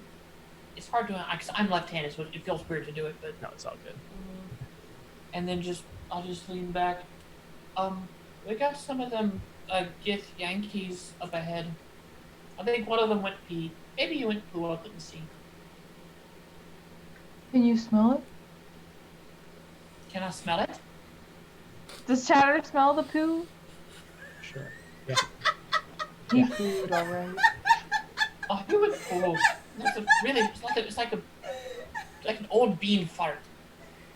It's real gross. Do you think it would be helpful for us to kill them? I don't know. I think we should. They might have Might be kill us. information. There are a few sentries about, but there's not many. There's probably about 3 people who are like keeping watch.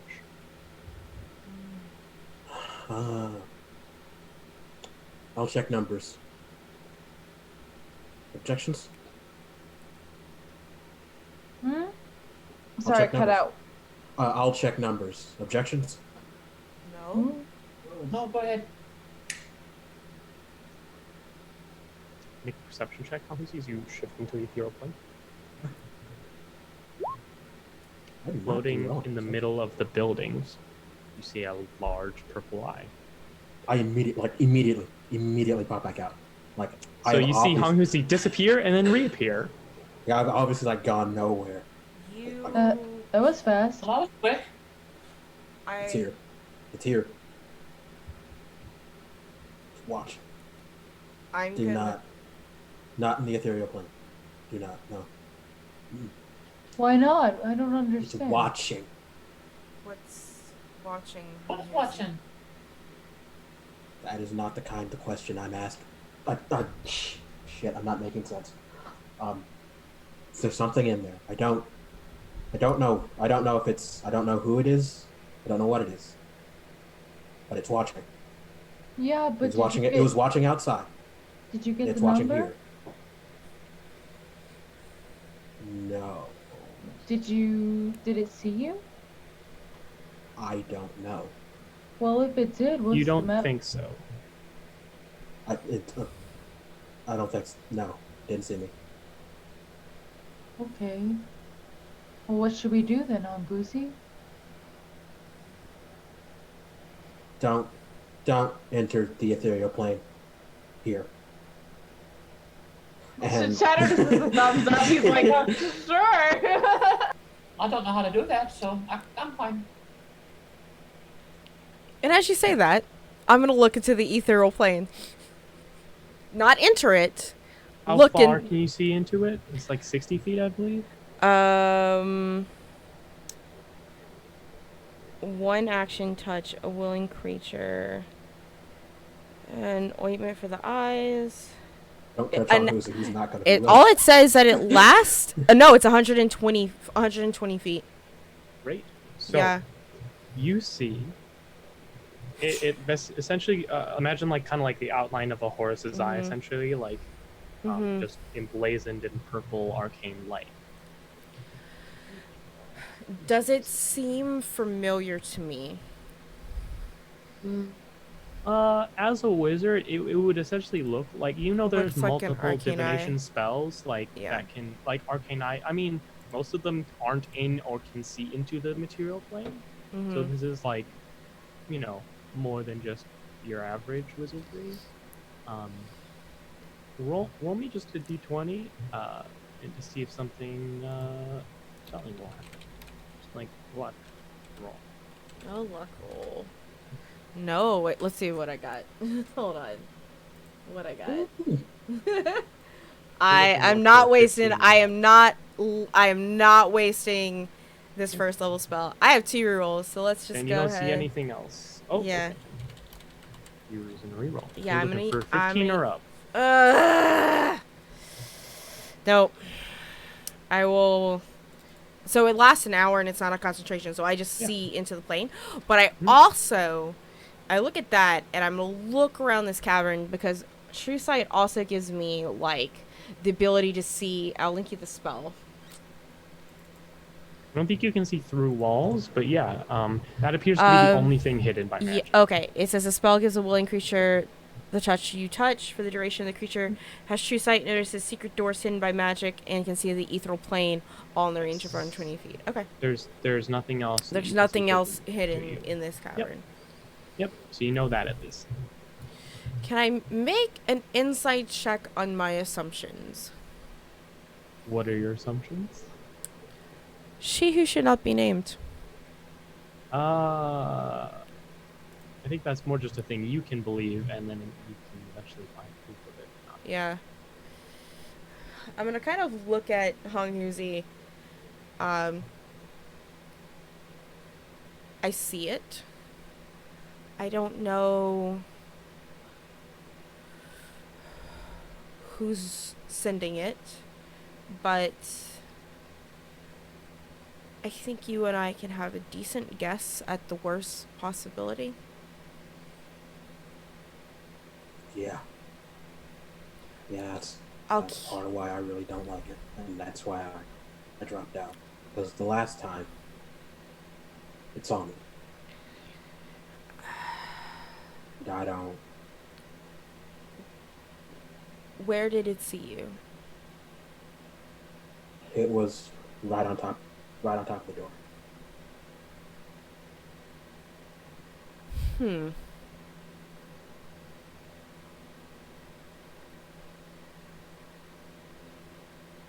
Have you told your lady about it? We don't talk. Of course you don't. And she definitely doesn't care. Well, guys, we got some magical eyes looking at us. How do we want to proceed this?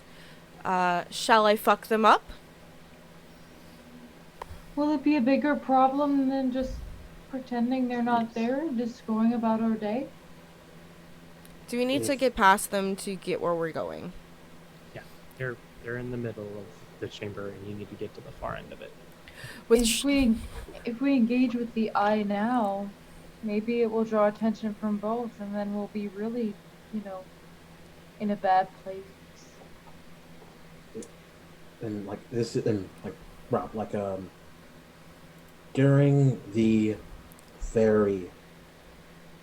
somewhat ill-fated break-in, was I able to tell at the time if the eye was looking at them?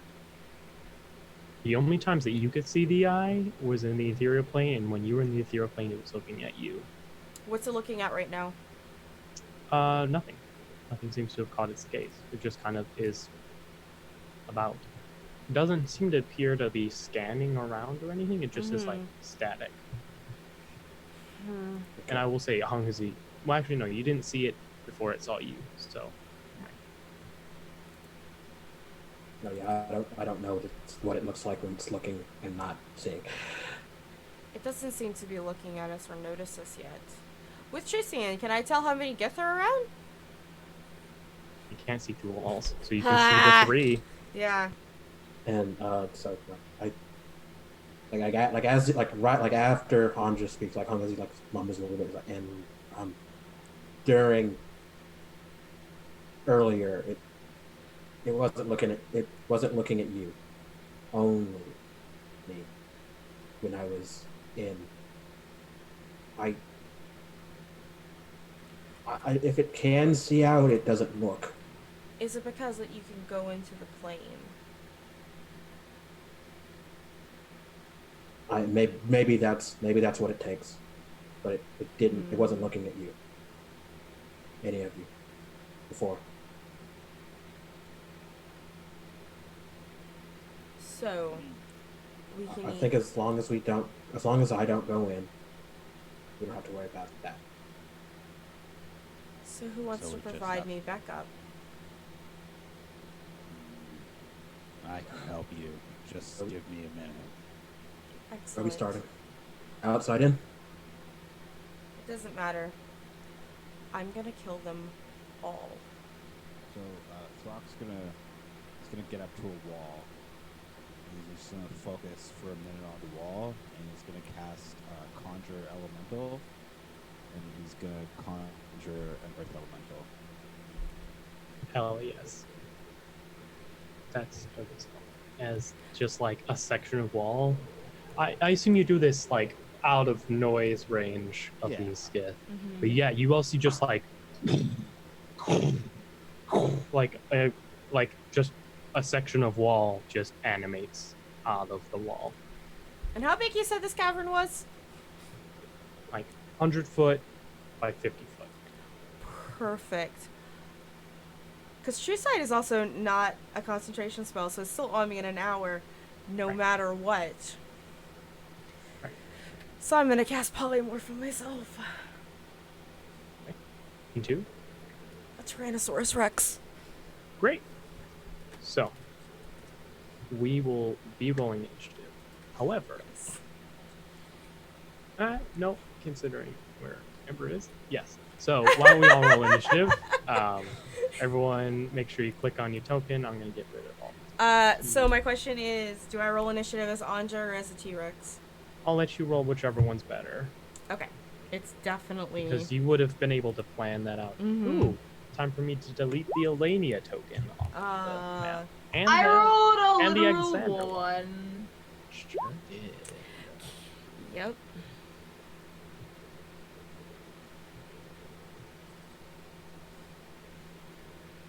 Initiative, it'll definitely be Anja. Ooh.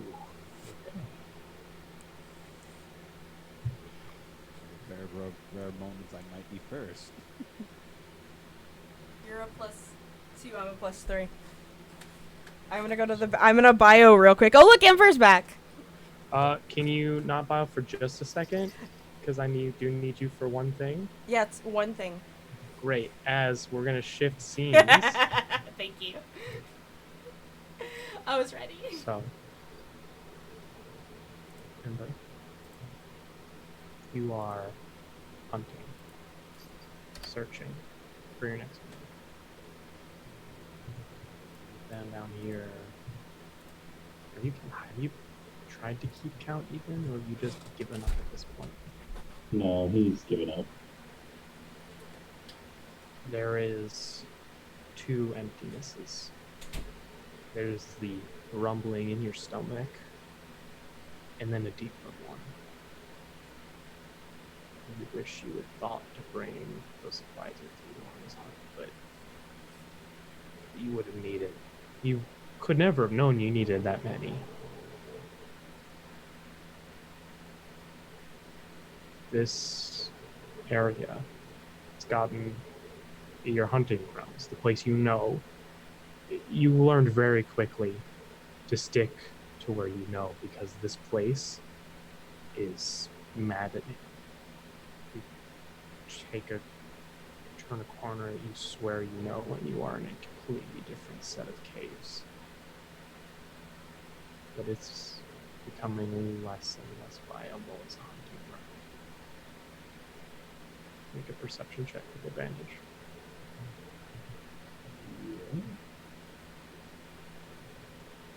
You just actually get my character sheet.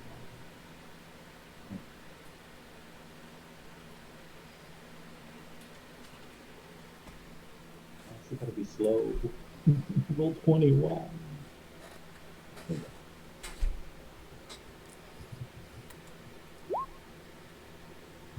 With 20, you stalk through your hunting round. You find small insects, nothing to fill you, and nothing that will fill that second hunger. The missing parts in your soul. And then you hear something large in the distance. But not in the ground. You're used to hearing large noises in the ground, and those are bad. You avoid those. You avoid making noises because of those noises. But this is different.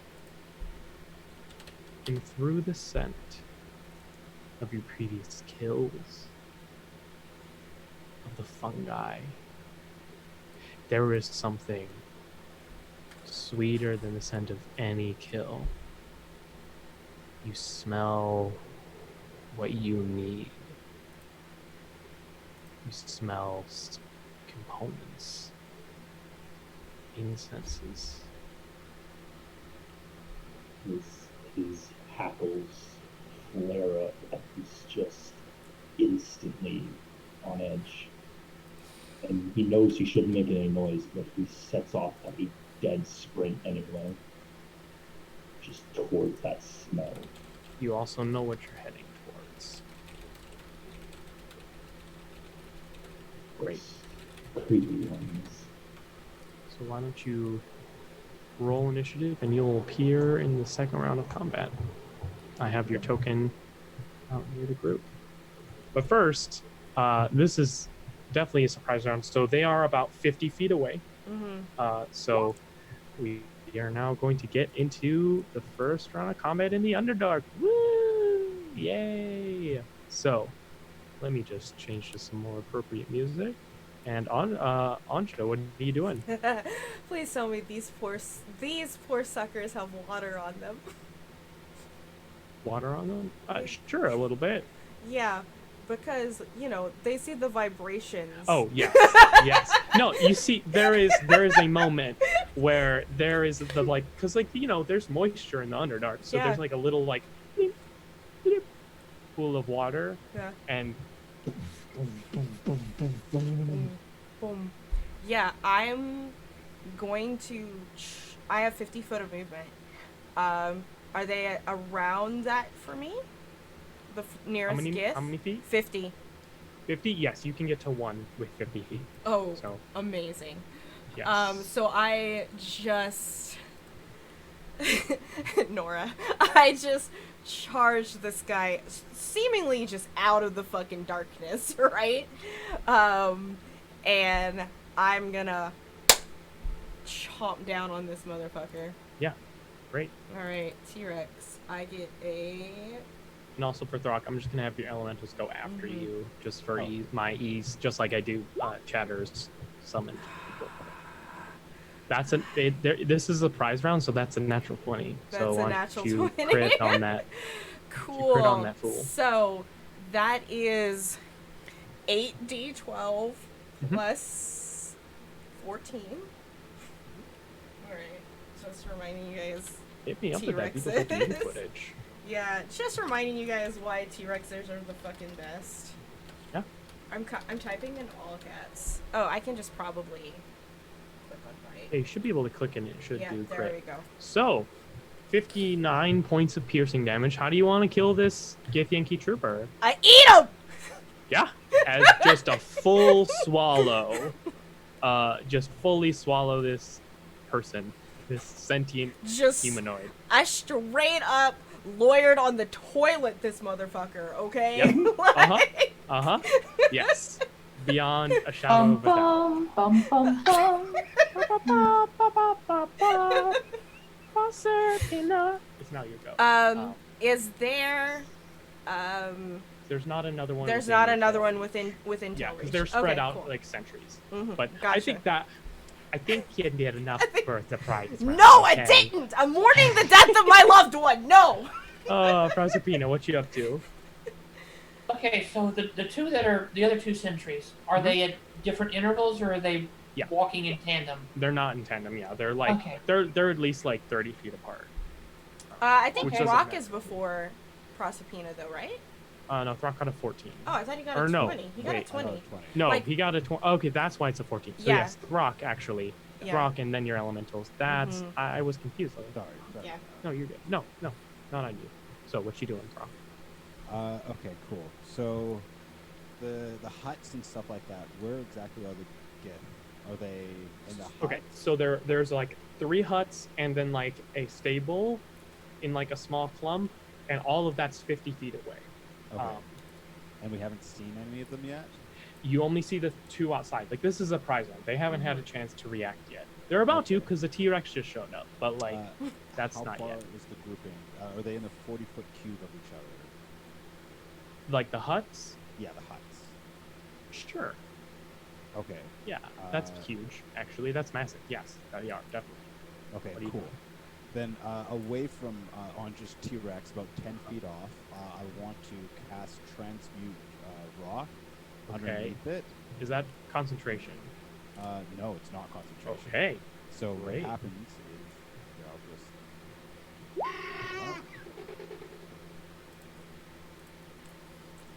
Okay. So, what are you doing? So I'm just trying to get them to move so they, get trapped in the pipes inside. So it slows the movement. So you're down. basically trying to collapse all the huts. Yeah, essentially. Great. Collapse the huts. and That's sink dope them as into the hell. ground. Yeah, so I'm gonna roll some saving throws. Looks like there's some damage associated. I love this as like If it the cavern, falls under- and that's not concentration. It's not. It just happens. Wow. Okay. So some people do okay, and some people do not. But yeah, you see the like They don't take hut- damage. They don't take damage. Okay, so okay, got it. But they are gonna. I'm going to basically very much limit their opening moves here. But yeah, you see the like 3 huts start to really crumble. The paddock does not seem to be made out of stone, so is unaffected. But yes, the 3 like huts just start to crumble in on themselves. Nice. If they fail their save, they are restrained in the mud and have to use an action to end the restraint. Amazing. So, and then your elementals, your Yeah. elemental, your Yeah, I'm elemental. going to move my 20 feet of movement up, or my 25 feet of movement up, and then I'm going to bonus action Earth Elemental myself. And then your Earth Elemental will get up there with you. Yeah, exactly. Cool. Yep. Great. Now, Proserpina. Okay, so I'm gonna take the sentry on the left, or to my left. Yep. Sharpshooter. Yep. And then of course I'm going to use, if it hits, I'm going to use the grasping shot. Yeah. I mean, you're also at an advantage because this is a surprise round because I am a fool. And gave level 11 characters a surprise round. That will hit. So 21 damage to that sentry, and then And the grasping arrow, which Yes. adds so 6 27. poison. Okay, and then second hit.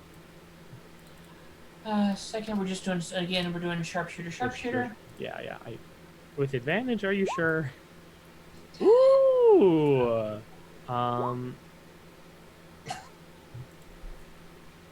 That. Wow. Okay. How is this? Because those 3 hits are more than enough to take down this sentry. So what are you doing to this poor sap? First shot's right at the feet, so that the grasping vines will swirl up and just restrain.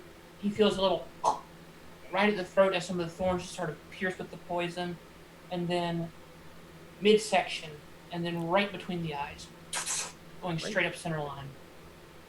And they just like all of this silent because it's a bow, so they just fall down silently. Like the other sentry notices the T-Rex, does not even notice that sentry is dead. Hunghuzi. It may gratify you to know that, in fact, my effective melee range is only 40 feet, you horrible monster. So, but there is something I can do, namely, I'm going to dash to, get in range of, get, right next to that last sentry. Yeah. And then I'm going to use my bonus action to prep the sword. And it's doing something very specific, and I will hopefully have a great time getting to demonstrate what that is. Great. And that is fun, funky, and fresh. Chatter. Last but not least, of course. All right, so do I see how many of the Darklings are actually, or I'm sorry, the Darklings, that's what I'm going to summon. How many of the Gith are actually still up and at 'em? Just the one sentry, and then however many are stuck in mud inside huts. Nice. Yes, inside mud in huts. So Chatter is going to do. Sorry, I'm stuck in my throat. Chatter is going to cast a spell. He's going to cast Conjure Woodland Beings. And unlike when he does his Conjure Animals, he is going to do a little more of a flourish with this spell casting, and the sparkles are purple as he is summoning from the Feywild. As 4 Darklings spring into existence in front of him and sort of dart into the darkness before them. And yes, so 4 Darklings are now going into the mud to try and find these Gith.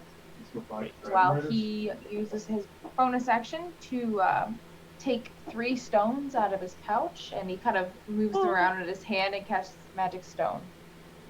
Radical. I love it. Awesome. So, and then so I'm assuming you have all your Darkling stats up? Yes, I do. Great. So how far away can you summon them, does it say? I can summon them within range, which is 60 feet. So I'll just do them like right there. Yeah. So, great. Are they all gonna go into one hut? Are they gonna split 2 and 2 and 2? 2 and 2. Yeah. Right. 2 Okay. and 2. I'm just gonna roll to see if we get a specific hut that I don't. Okay. I'm gonna use. You know what? I'm gonna use one of my nat 20s on this luck check. I don't want you going in one of these huts because these are really cool people, and I don't want them to get ganked by Darklings. So, Fair. hey, congrats! One of my nat 20s is gone. Make him fucking waste them. There's at Yeah. least, what? I can't see because you're like on it. How? I have one. You have one more. Okay. Joke's on you, because For Darklings do now. like no damage. Yeah, but they would have to. They would like. They're I not know. idiots, so they would fight them, and yeah. All right. You're right. So, that is that. It is now. Also, Ember, on your turn, we'll get to you. But first, so is it just like an action and they're out of the mud? Rob? So they're unrestrained, but it's 4 feet Right. of every movement in there is 4 feet. Understood. So, I'm just gonna let y'all know what's going on. So they use their action to get out of mud. They will bonus action innate Misty Step, and then they all have action surge. So they're then going to move. So you see 2 Githyanki soldiers, but not. First of all, armored. The other ones were not armored. Like the one you saw were not armored. So they are not armored like any other Githyanki soldiers you've seen. The closest they are like is the big like boss Githyanki you fought that had full plate armor with psionic energy kind of flowing through it. It's like a much leaner, almost more like it's almost like a kind of strange carapace like Kevlar suit with lines of psionic energy running through it. And you see them not wielding silver swords, but pole arms. You see 2 of these individuals, like, just, they also are, like, standing just, like, a little taller and stockier, like, they just look infinitely more elite than their companions. You see them teleport, like, Misty Step outside of the building and rush into the stables. And that's going to be their turn now. So, Ember, what does the party see tearing out into the center of the chamber?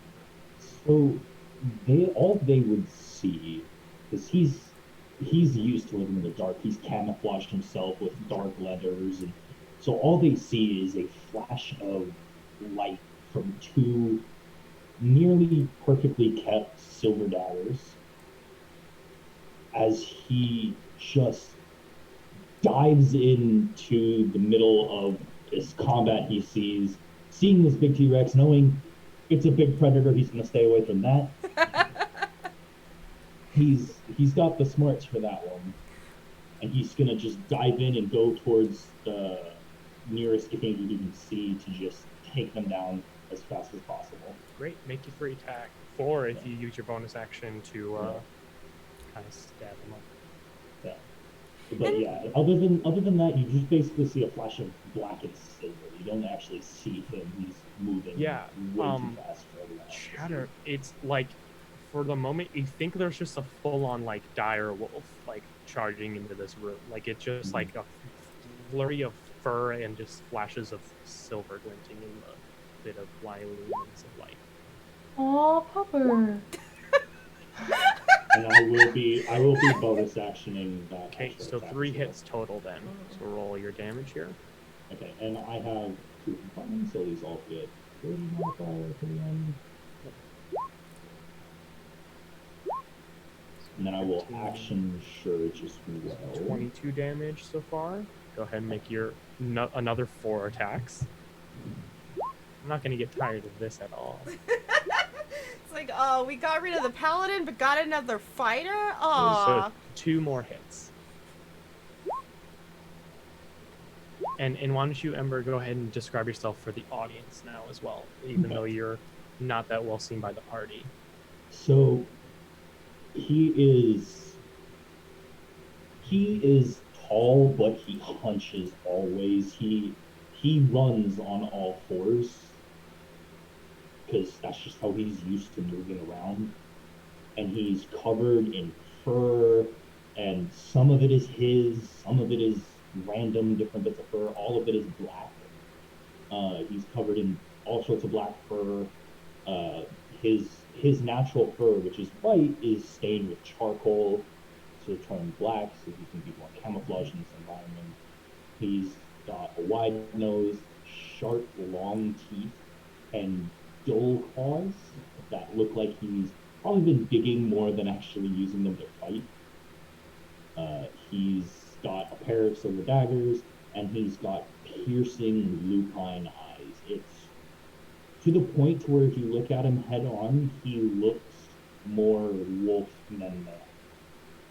He does not look human. He doesn't even look like he's bipedal half the time. It's the way he moves and walks. And there is an absolute just ferocity to him that is, again, not human, not anything. He is just pure animal at this point. And that's how he's been for a while. It's mostly how he's always been. All right.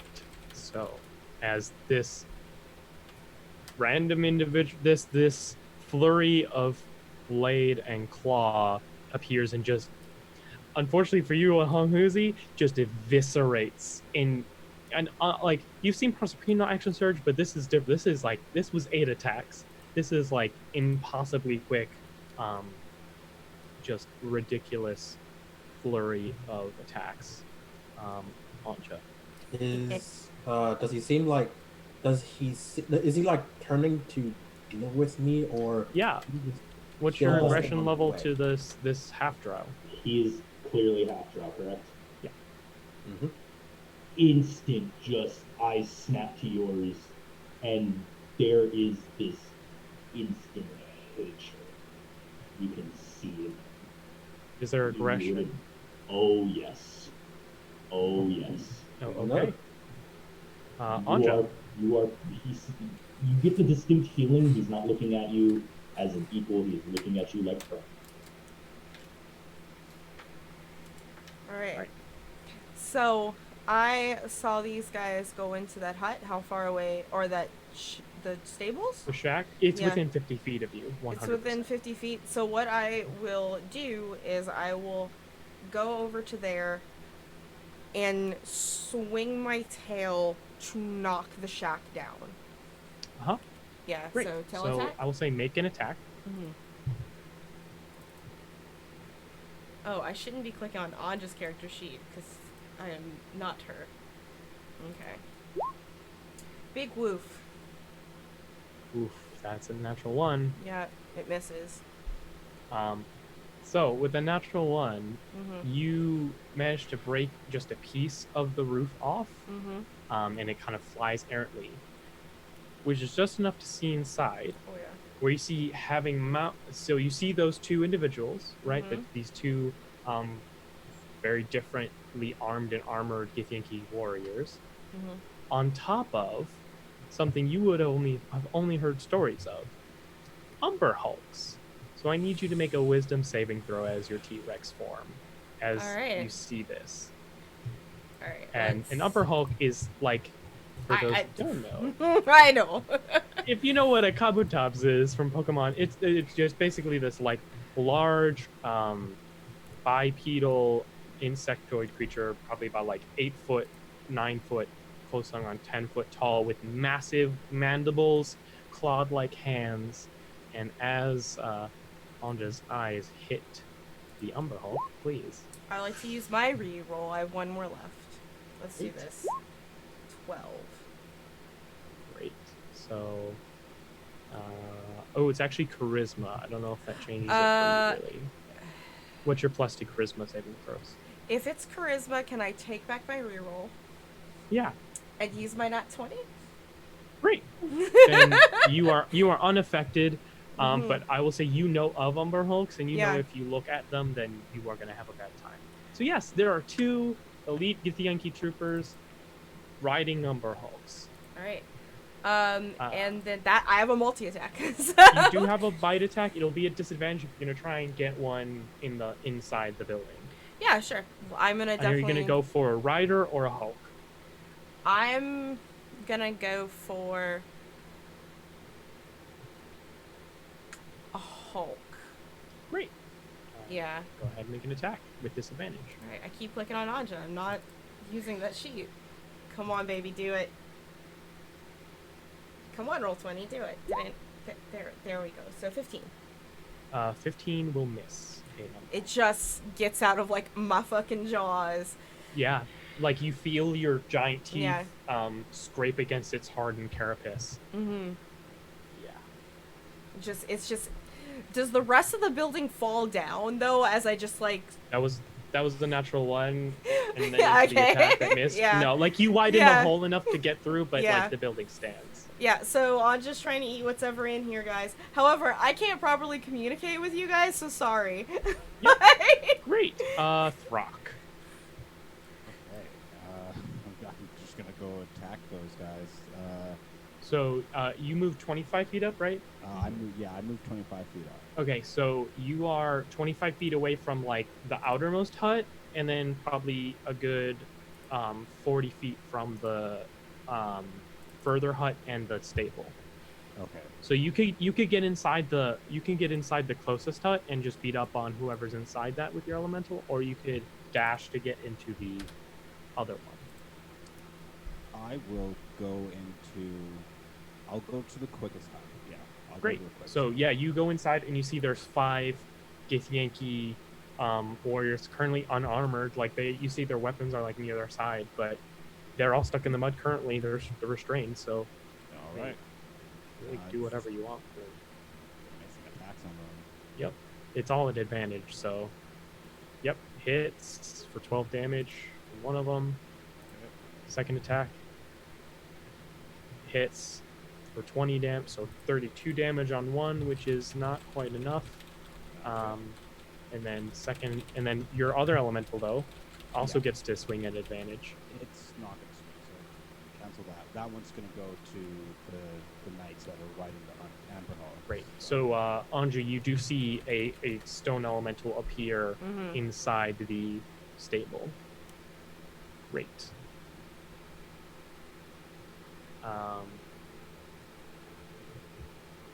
All right. So next up, I believe, yes, Proserpina.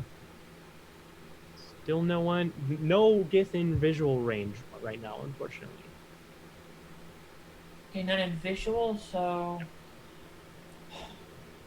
Okay. Arrow knocked. I'm going to move forward 30 feet, holding an action for a sharpshooter shot. Great. As soon as someone comes in visual range, pow, pow, pow. Won't they be absolute fools? Speaking of absolute fools, so Throck, you see the 5 surviving Gith all unrestrained themselves, as is smart. So Also, that one is very injured, but is still up. The one you hit twice, and then they will kind of move and grab their weapons. They know they don't have time to put armor on as much as they would like to, so they are stuck unarmored, but they are kind of surrounding you like that. However, the rest of you will see a group of 5 Githyanki unarmored leave the building. So Proserpina, you may the other building. So Proserpina, you may fire at them. And you can tell me how you want to split up your shots. I'm not going to be mean about that. Okay, so you said a group of 5? Yeah. Focus fire on the first one that's coming out. 1, 2, Great. 3. Great. Go ahead and make your shots. Unless something else causes me to miss, but let's see.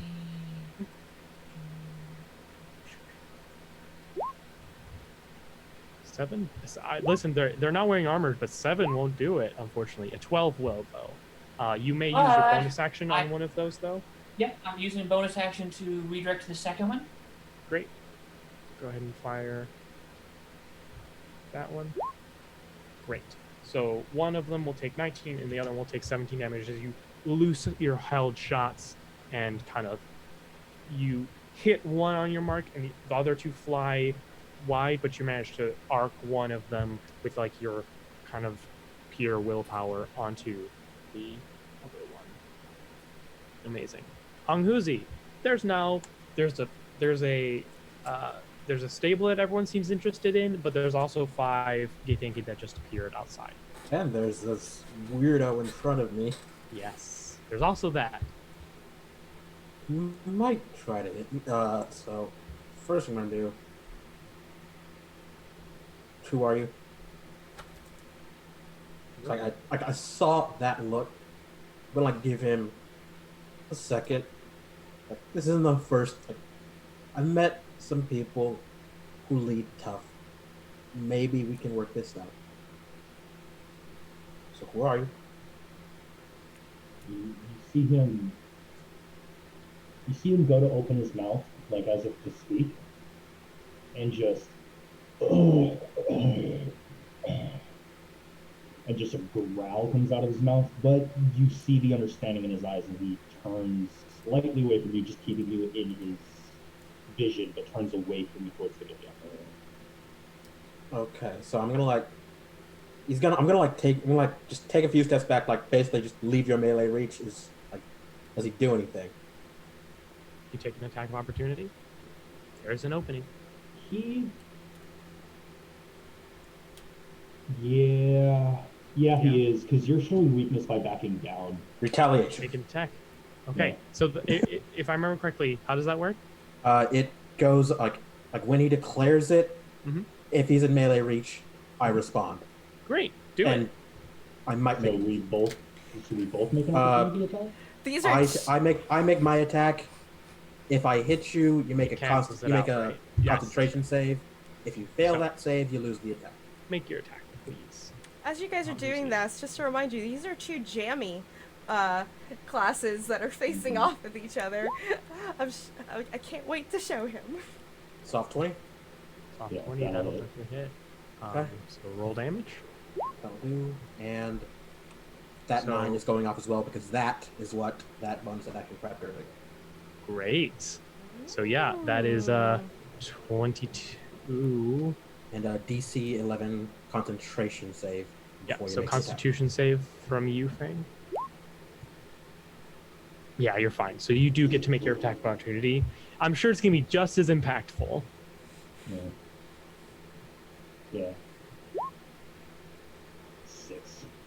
16, does that even hit? It does not. So yes, you go to swipe at this creature, at this humanoid. As you do, you see they just whip around and slash you upside your chest, and you aren't even able to break its armor. And so Honghuzi, what are you doing? That wasn't even your turn. That ate my reaction. That just attacked My you. turn hasn't ended yet. Nope.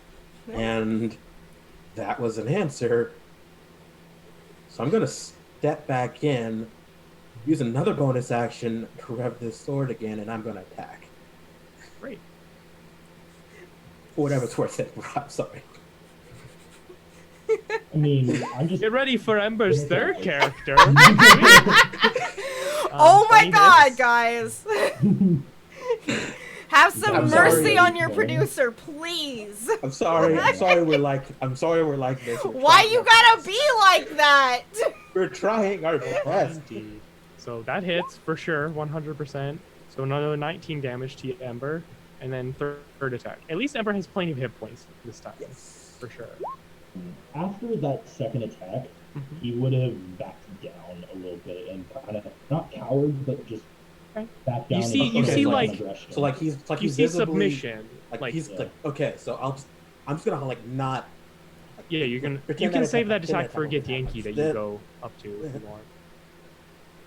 Like yeah, like and I really don't need to be murdering rude strangers right now. So like I'll leave and then I'm gonna go try and hit one of those Gith Yankee. And that will hit because they're unarmored. They wouldn't normally, but they're not wearing the armor, so roll damage. On, Okay. are you Ignore gonna go that. for one that's been shot or not shot? Yeah, one of the ones that's been shot. Ignore that 7 because obviously Yeah. didn't count. So, and did we ignore that 7 on that first one too? Then? No, it's because it's just no. once, right? Yeah, 'cause I need a bonus action to like prep the fire damage, basically, and because that one was from a held over, I could actually get it twice in one turn. Beautiful, love it. So yes, you deal 9 points of. Although you can re-roll both those dice, Yes, I can. because you're Hong Uzi, and that's what you do. You make me do math like this. I would So, apologize if I was sorry. You should. do 1, 3, so 12 damage. Yes. Got it. Okay. Boy, it's a lot easier when you just can calibrate those. All right, great. So that is your go, Hong Huzi, Cheddar, and then after that, Darklings.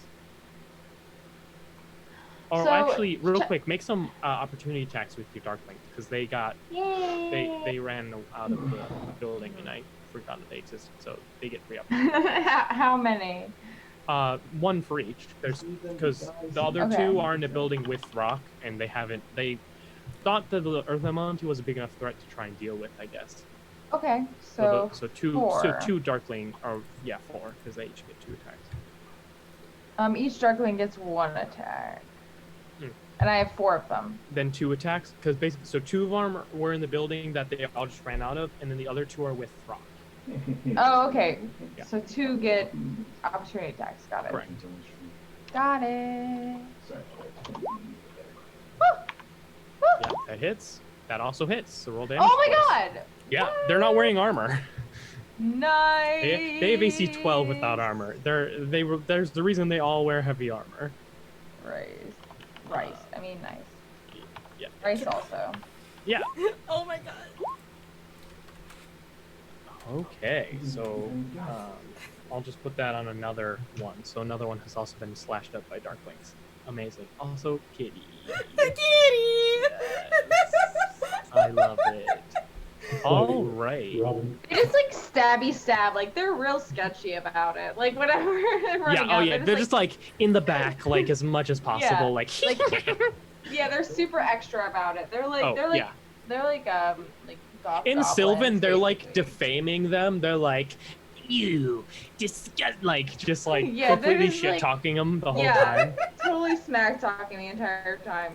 Amazing. So Chatter sees this weird doggo that he has never seen, Yeah. and he's immediately smitten by wildlife he's never seen before. So in one hand he's got his magic stones that he just cast, and he's aww, and he reaches into his bag. Would it be a free action to get a piece of like dried up 100%. rations? Yeah. So he's just like gonna take a piece of like dried grass and just here boy, and just kind of like chuck it. Hey, how would you react to that? so the whistle just sent him into what the hell mode, and then that scent hits him, and he's like, Snack. and on his Make a turn, he just- perception check. Yeah. I'll give you. Do you have advantage for smell-based checks as the person kind of as a I shifter? Or no? believe so. I'm just gonna Check. say yes for Yes, now. I Because do. If werewolves I have to would. retcon that, Yeah. yeah, Yeah. yeah. Go ahead and make it. Go ahead and make a perception check with advantage. He's also mostly been relying on scent down here as well. Yeah. Did that, So did that put it, it as you must have disadvantage? clicked disadvantage, but that's fine. You still got there. So, couple things. First of all, this thing smells. Make a nature check actually, because I don't know if you know what this person smells like, but they smell Me? like something. Yep. All right. Nature. No, I meant Fang. Sorry, I meant. Oh, okay. I'm like, Um, nope, they smell like an animal. They don't smell like a person, but they also smell like what you want. So how would you react to knowing that? Instantly eyes locked on, but just zero aggression, just instant focus. Mhm. Forgetting about the food she threw. Yeah. Instant focus on her. Or him, sorry. Yeah. I'll say that every time, and I'll still stop myself every time I say it. Just gotta start talking to the player. I know she's a delight, but you're talking to the character. All right. So, if you would like, I'm gonna say in this circumstance, you may use your reaction to like move towards Yeah. Chatter. So you see, like you throw this food, and this person just like starts bolting towards you. It's probably like 20 feet away at this point. So Chatter's just like, oh yes, who's a good boy? Also been slashed up a lot. And he's just like ready, like he's just like pulling all the stops, like he's got his magic stones and he's just doing like he's gonna like, I'm gonna squish your face. Oh my god. And he's like getting ready with more like snackums for a doggo friend. Great. So then why don't you roll some Darkwing attacks? Just do 4 of them. They're all in range of some Gith. So. Alright, Darkling attacks. Alright. 4 of them. So 4 attacks. We'll say the first 2 are the ones outside and the other 2 are the ones in the building. Hits. Hits. Woo! Woo! Hits. Woo! Hits. Yes, Woo! Darklings! All right. Go They're Darklings. just shanking mans up in Yeah, here. they are like shanking is the perfect verb. Just like that's the only thing they can do.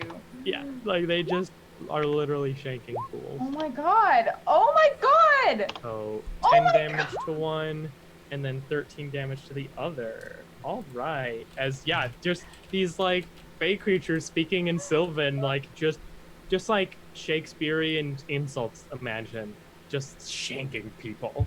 Thou hast the nose of a boar. Thou knave, thou Knave. thou sully knave. Yes. I bite my thumb at thee, sir. Amazing.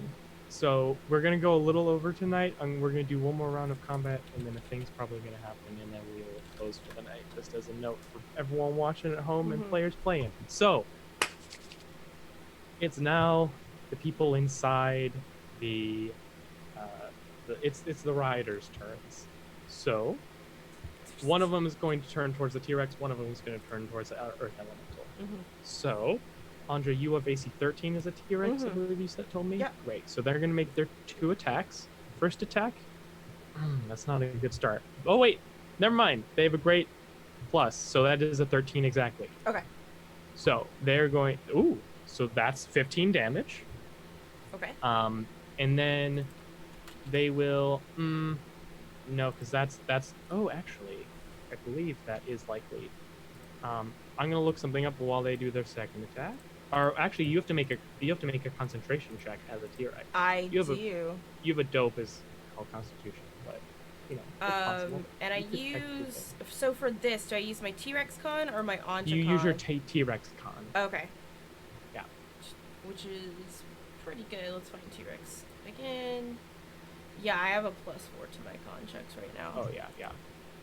It's just I have to do it.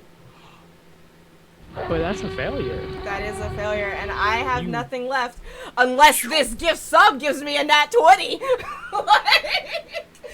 Gift subs? Is that nat 20 going to Val or no? You have to tell me. Sure. Okay, great. Then you may keep it. Thank you. Um, Thank you, okay, yeah, guys. that is that save. Then never mind. We'll not do that. I appreciate Um, you. And will then make its second attack on you because it's Yep. true. That's a definite hit. That's a 27 Yep. for 6 points of damage. Okay. And will expend a superiority die to Commander Strike the Umber Hulk. Okay, and can I make I'm gonna make another con check right here. For Correct. this 6, right? Yep. Okay, that's a 13. Great. So this one has a +8 to hit. So the Umber Hulk then gets to make a free attack on you for its reaction. That's a dirty 20. So it will do 3d8 plus 5 because of Commander Strike. So you will take 15 total damage from the Umber Hulk Gotcha. as well. Cool. I just and that's did- one more con save. Yep. DC 10. As the Githyanki swipes at you twice and kind of orders its mount to swipe at you, and then great, and then the Umber Hulk will make its attacks on you. Okay. So that is 3 attacks total, 2 claws, 1 mandible. Okay. So So after each attack, I'll do a con because things change as soon as 3 I drop- hits, Okay. because you.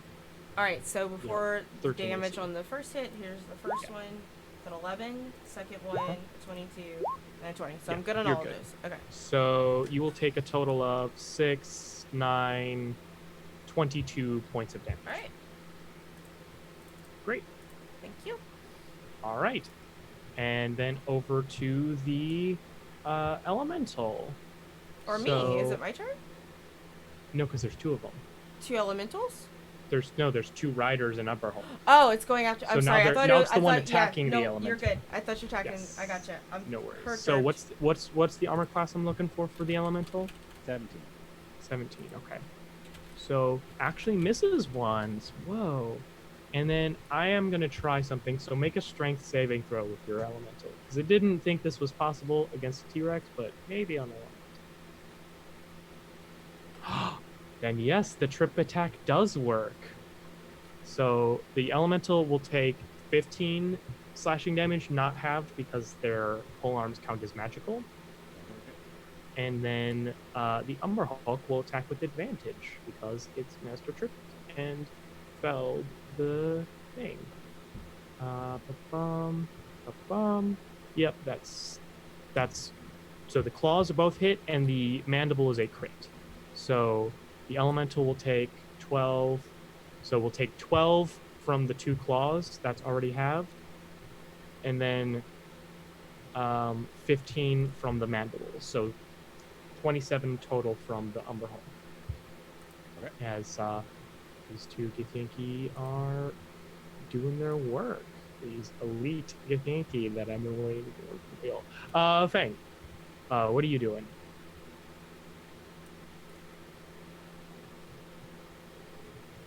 Forgetting to unmute myself, first of all. Right, of course. Because this wouldn't be me if I didn't forget to unmute myself. So yeah, you're 20 feet away from this animal-smelling person that's also has what you want on them somewhere. And just run up to Chatter and just start smelling him and trying to figure out where that stuff is coming from. Make a perception check with advantage.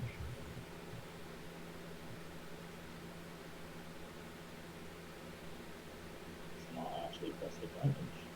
It's a disadvantage. Yeah, you can tell. I mean, you can't tell the exact pouch, but you can see, like, I mean, what we would know is like probably a spell component pouch. But yeah, you can smell like the general area. Like, there's only like maybe 3 or 4 pouches that it could be in. He's just gonna try to snatch all 4 of them and just start going through them. I'm guessing you're gonna try and not have your stuff grabbed, Chatter. Great. So Yes. it's gonna be a definitely sleight of hand from you, Fang, and then I will say. Oh I'll wait, say Fang's Chatter, trying to take what? Can I tell what Fang's trying to take? your spell components. Oh, yeah. Mhm. No. Yeah, so I will say from you, Chatter, it can either be an athletics or sleight of hand check to kind of either like basically like stay farm or kind of stay out of the way. So It's 12. gonna be okay. in athletics because Kate, that's make what an I'm good athletics at. check. Oops, I'm sorry, I clicked the wrong thing. No problem. Just go ahead. Hey! Yeah, so you just basically completely stiff arm this hyper feral being away from you. I'm gonna say that's your whole action there. I was gonna try and maybe give you another chance because you have so many attacks, but yeah, that's your action thing. What do you want to do? All you'll hear from him then is another one of those guttural growls, but then he also just goes, I need those.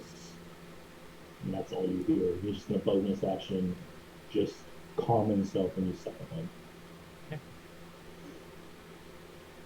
Great. He sees he's not gonna beat Shatter in a contest like that. Yeah. I mean, here's the thing. You just have been bested by 2 of this group, so that's exciting. Anja. Yay, thank you for the raid. I just got face wrecked. That's a random fucking hand looking for a lighter. I just got like scrapped in the face by this asshole, so Yeah. I'm gonna turn and I'm gonna go for the Gith with my bite attack. Are you going to avert your gaze? I'm gonna close my eyes. Then make attacks with disadvantage. I will close my eyes. Great. I'm looking at, sorry y'all, I'm looking for my character sheets. I have so many windows open, it's like, where did I put that T-Rex sheet? Yeah. Okay. Where did I put my T-Rex? Where did I put, it's still 14. 14 misses. The Gith? Is going to use their reaction to riposte you. Okay.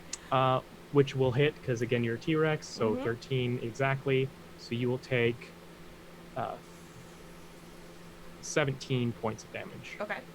As you like avoid your gaze, you just feel as like the polearm sticks into you, and then you may have to. Alright, I'm at that point going to lift my head. And I know there's conditions for a tail attack, but the Umber Hulk isn't technically the same creature. No, yeah, I was gonna say you can totally bite the Gith and hit the Umber Hulk. Turn around and just sideswipe the tail of this Umber Hulk. Come on, Mama, do it. That also does not do it, unfortunately. She ate one guy, and she Yeah, cannot listen, do anything. and it was so cool. It was the so coolest. cool, but come on. It was so freaking Like, cool. Rock. yeah. Oh, yes. Is there anything else? I guess the question is, do I technically leave their attack of opportunity? Because, I mean, one already... Unless you're moving away from them. So the tail attack has a 10-foot reach, so I probably, in order to get it correctly from the Umber Hulk. So I think the repose is a reaction, though, right? Yeah. Okay, so I wouldn't get, but I could get an attack of opportunity from the Umber Hulk. Yeah. Actually, you do not, because it was Commander Strike, so it used its reaction to attack you. So I moved 10 feet away. And yeah, that's okay, great. where I'm at. And what was the damage that I took? 17? 17. And I need to make a con check, right? Yeah. Okay. Con save. Okay. Yep, you're good. So Throck. Okay, so how many people are in front of me? So there's 5. So 5? Okay. So Throck looks down at the 5 Gith in front of him, and then he looks over at Hong Huzi, who's got into a fight with some wolf creature, and then I look at Shatter, who then gives food to that wolf creature. And he looks then annoyed as he's fighting, and how Andra's fighting as a T-Rex, and it's just like, oh, come on. And then he's going to make his 2 attacks. Great. So there's not an advantage anymore, so just 2 up, straight up, because they all had to spend their turns. No. Okay, natural 1 misses. Second one. Actually, I would like to use my nat 20 for that. Great. Then. Fucking do it. Yeah. Roll 4d8. Well, here, we'll just double it there. So it'd be 8, 16, 21 damage. So that kills one of the Gith. Nice. And then your second attack. Hits for 15 more damage. Yeah, 100%. That guy is bloodied. Yeah, so you just like smash one of the Gith, slam into the other ones. They are looking rough. not good at all. Proserpina, you can now take your shots against the My Earth Gith. Elemental? Oh yes, sorry. It does have to make a charisma save against because of the Umber Hulk. That's a failure. So roll a d8.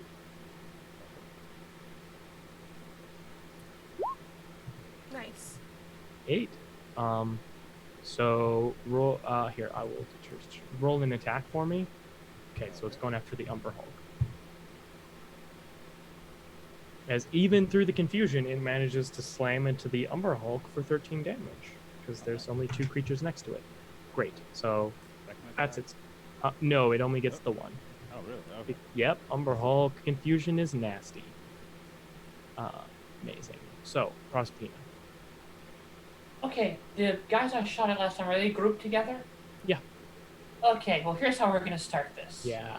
I'm going for the guy in the middle, the one right in the middle. Yep. Sharpshooter. Yep. I'm going to use bursting arrow, so everything in 10 feet takes 2d6 force What? spell. No. Oh, and I'm going to drop the +1 on the lightning bow. And you know what? Let's use a nat 20. Okay, great. Am I in Roll me 10 all that feet? damage. Huh? All right. Am I in 10 feet? Yeah. So you'll just get the blast damage. Okay. Although I mean that I think all that really does is let you get rally. So. No, she's not an enemy. Oh, okay. I didn't remember if it had been Okay. anywhere. Yeah. This just stings. Ouch. Okay, so for whatever reason, my computer is, my mouse isn't working.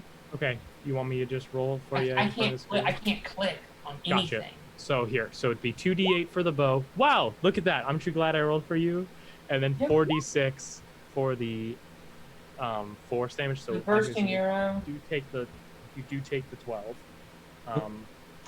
So and that's definitely enough to kill that one. It actually is enough to kill 2 Githyanki, one from the hit and one from the blast damage. All right. And then you still get your other 2 attacks. Yeah, give me a second to try to figure out why this window isn't working. Do you want me to just roll them for you? Yeah, I'm sorry. I don't know what's. No, It's hey. like it's not working. all of a Technical sudden. problems. I'll just keep things moving. Hey, listen. Here's the thing. There's nothing more in line with a. There's nothing. I'll do a redirect shot for you. Okay, never mind.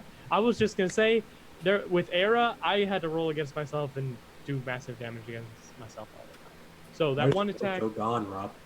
I know. I've finally gotten rid of that curse. All that juju's gone. Okay, so that's Proserpina's go for now. I don't know. Action. We're action surging. Okay, great. So, boom. Are these all sharpshooter, or are you gonna stop? All them? sharpshooter. Great. Okay. So Oh, hey, there it is. There it is. It's coming back. Okay, and then redirect on the second one that hit. So all 3 You're hit. bringing it back. So one is dead. The other one has taken 16 damage. Great. Yay! Rob killing his own enemies with sharpshooter. Did you have to roll There's- for her? Yeah. Oh no. So that means Hanghuzi only has to take try and weather 2 hits from Githyanki, which a 6. That was Oh, good. one of them gets a 20. What a dick. Oh. So you will take 15 total damage. Ow. And then that's their go. So now Hanghuzi, you get to, do far better than that. Specifically that guy. Specifically the one. Uh-huh. Uh-huh. I got bonus action first. Yeah. Taking 13 hits because he's got no armor. Correct. And I can't reroll any of that. It's typical. But that's enough to kill him, so I think that's a good consolation. Yep, and I'm gonna rally, and because I have changed my constellation, I just get 11 temporary hit points. Only 11? Wow, that's so weird. Yeah, I know, right? And then your second attack against the other one. Yes. Poof. Yes. Poof. So just the 16 slashing damage, right? Only 16. Only 16. Amazing. Whew. As you just run through one of them and then slice into the other. Chatter. Round us out here. Oh, ignore that. So- That was a mistake. No. After Chatter has stopped Fang from taking his stuff, Yeah. he gave him a very stern look and just like right on the nose, like just like Yeah. not a hard, just like a. Yeah. It's like, You get and flicked. then, is that an action or a free No, action? I'll say that's for. I say a flick is free. Yay! A flick for free. And then he's gonna take one of his magic stones and at one of the Go ahead. Gith. Please Boop, do. boop, With boop, my boop. blessing. Thank you. That definitely hits. Hell yeah. Um, Boink! Is it not more damage? Because it is a cantrip. I don't know. You should be scaling your damage. It's a to the cantrip cast. to cast it. Yeah. Does it not? But then Does it not increase in damage as you level up? Does it say something about that? should. Yeah, so- Yeah, you're only rolling 1d6. I think you should be right at now. 3d6. Yeah, you should be at 3d6 here. Yeah, I'm Yeah. double checking. It is Magic Stone. It is 1d6 plus spellcasting ability modifier, so it just stays the same. Weird. All right. Well, you do a solid hit of 9 damage, Bonk. and then go ahead and roll some Darkling attacks. Just 4 of them. See if we can Nice. shank down some more people. Just shank some mans. Just shank some mans. Miss. Hit. Hit. Oh. Miss. So 2 hits. Plus 3. Ooh, almost kills.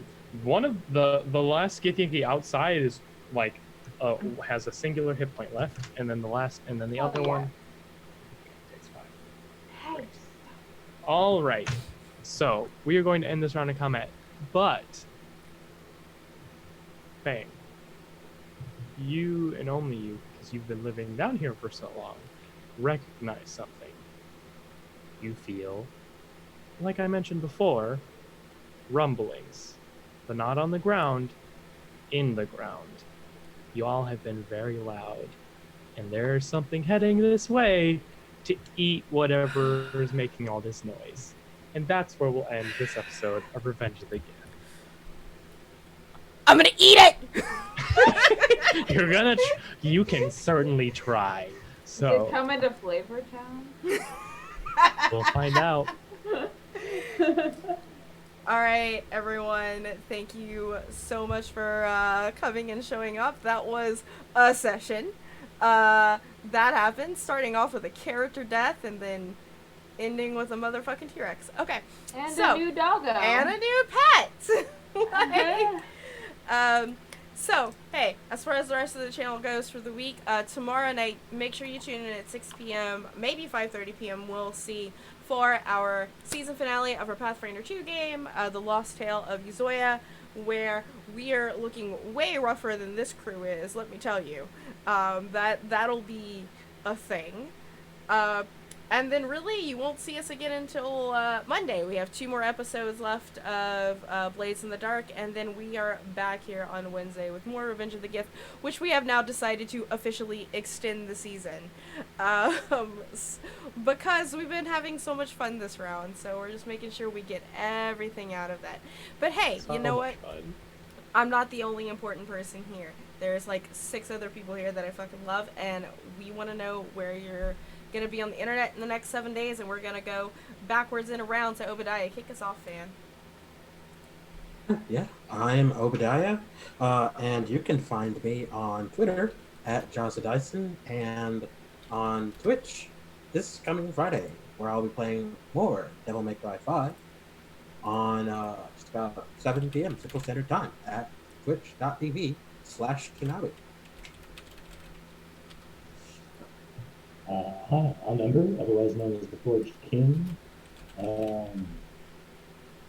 And you can find me on Twitch at the Forged King, and I have a Twitter account that only Val ever knows the name of. Ember622. Yeah. And I'll be streaming the new League of Legends event here in about an hour after I actually eat something other than the tiny portion I just had. Hey, aren't you also like a new cast member on another channel? Oh yeah. On Tuesdays we have the long game over on Capricorn Cross's channel. I totally forgot about it because brain was in other places at the moment. But yeah, over there I play a necromancer wizard in Pathfinder 2e. Very cool. Thank you. Hi guys, I'm Hope from over at She Games, He Games. The same on Twitter, the same on Twitch. We do all kinds of fun and amazing and wonderful things. We do play Dungeons and Dragons sometimes, usually on Fridays, but it has been sparse as of late due to our cast having IRL things. So if you want to see some of that stuff, please feel free to hang out with us sometimes. And thanks everybody again for having me here. All right, it's my turn. I'm Robin, everyone. You can find me all over the internet as Robin_Shadle. The only thing for streaming, there will be some unofficial streams this week in preparation for the official return to Twitch on August the 1st, which happens to be my anniversary. My partner and I are doing a one-on-one stream called Roll for Date Night. Everything is procedurally generated. We will tell deep character stories. We begin with a tale of courtly intrigue, the rise and fall of family fortunes, and the search for true love, and gay tabaxi. So, Gay pussy, I'm down. I know, right? I'm sorry. Oh, and I promise for everyone who knows me, I will not be telling any cat puns this entire time. Oh god, if there's cat puns, I'm not gonna show up. Why? There are cat puns and gayness. I am 1,000,000,000% there. Like, those are my two tropes. So that's it. That's all it takes. We'll have a time next week when we can pin one down, but That's how you need to looking get forward. cats. So you will also hear Salem get off the table. Awesome. Hi, everyone. I'm Montana. You can find me at MontanaWhat on Instagram and at MontanaWhat2 on Twitter. You can find me tomorrow night at 9 o'clock where we play Tales from the Imperverse, a mass-based game where we're superheroes in Vancouver. But you can also check me out on Sunday where I have a sci-fi show that I play Something the Wizard, a science officer on the ship SS Your Name Could Be Here, where it's called Tales from Tales from the Lost Galaxy. And now we've actually entered into the Lost Galaxy. So you should come check us out. That will be at Alchemy Theater at 7, 6, 7, 7, 6. Check at 6. That's Pacific Standard Yes. Time. Yeah, Yes. Pacific Time. Yep. And hello everyone, I am Robert the Jam at Robbie Rollin. I was your game master tonight. You can find me on Nerdly Gaming's channel this Sunday playing Hero Complex with Val. You can find me back here every Wednesday, of course, and this Thursday is, of course, the finale of Lost Tales of Zoya. After that, you'll find me on the Dice Tyrants channel playing in their Patrons Teamworks game. I am also a member of the Not Quite Heroes podcast. Just go on Twitter, search at NQH Podcast. You'll find us. We're great. Check us out, please. That's me.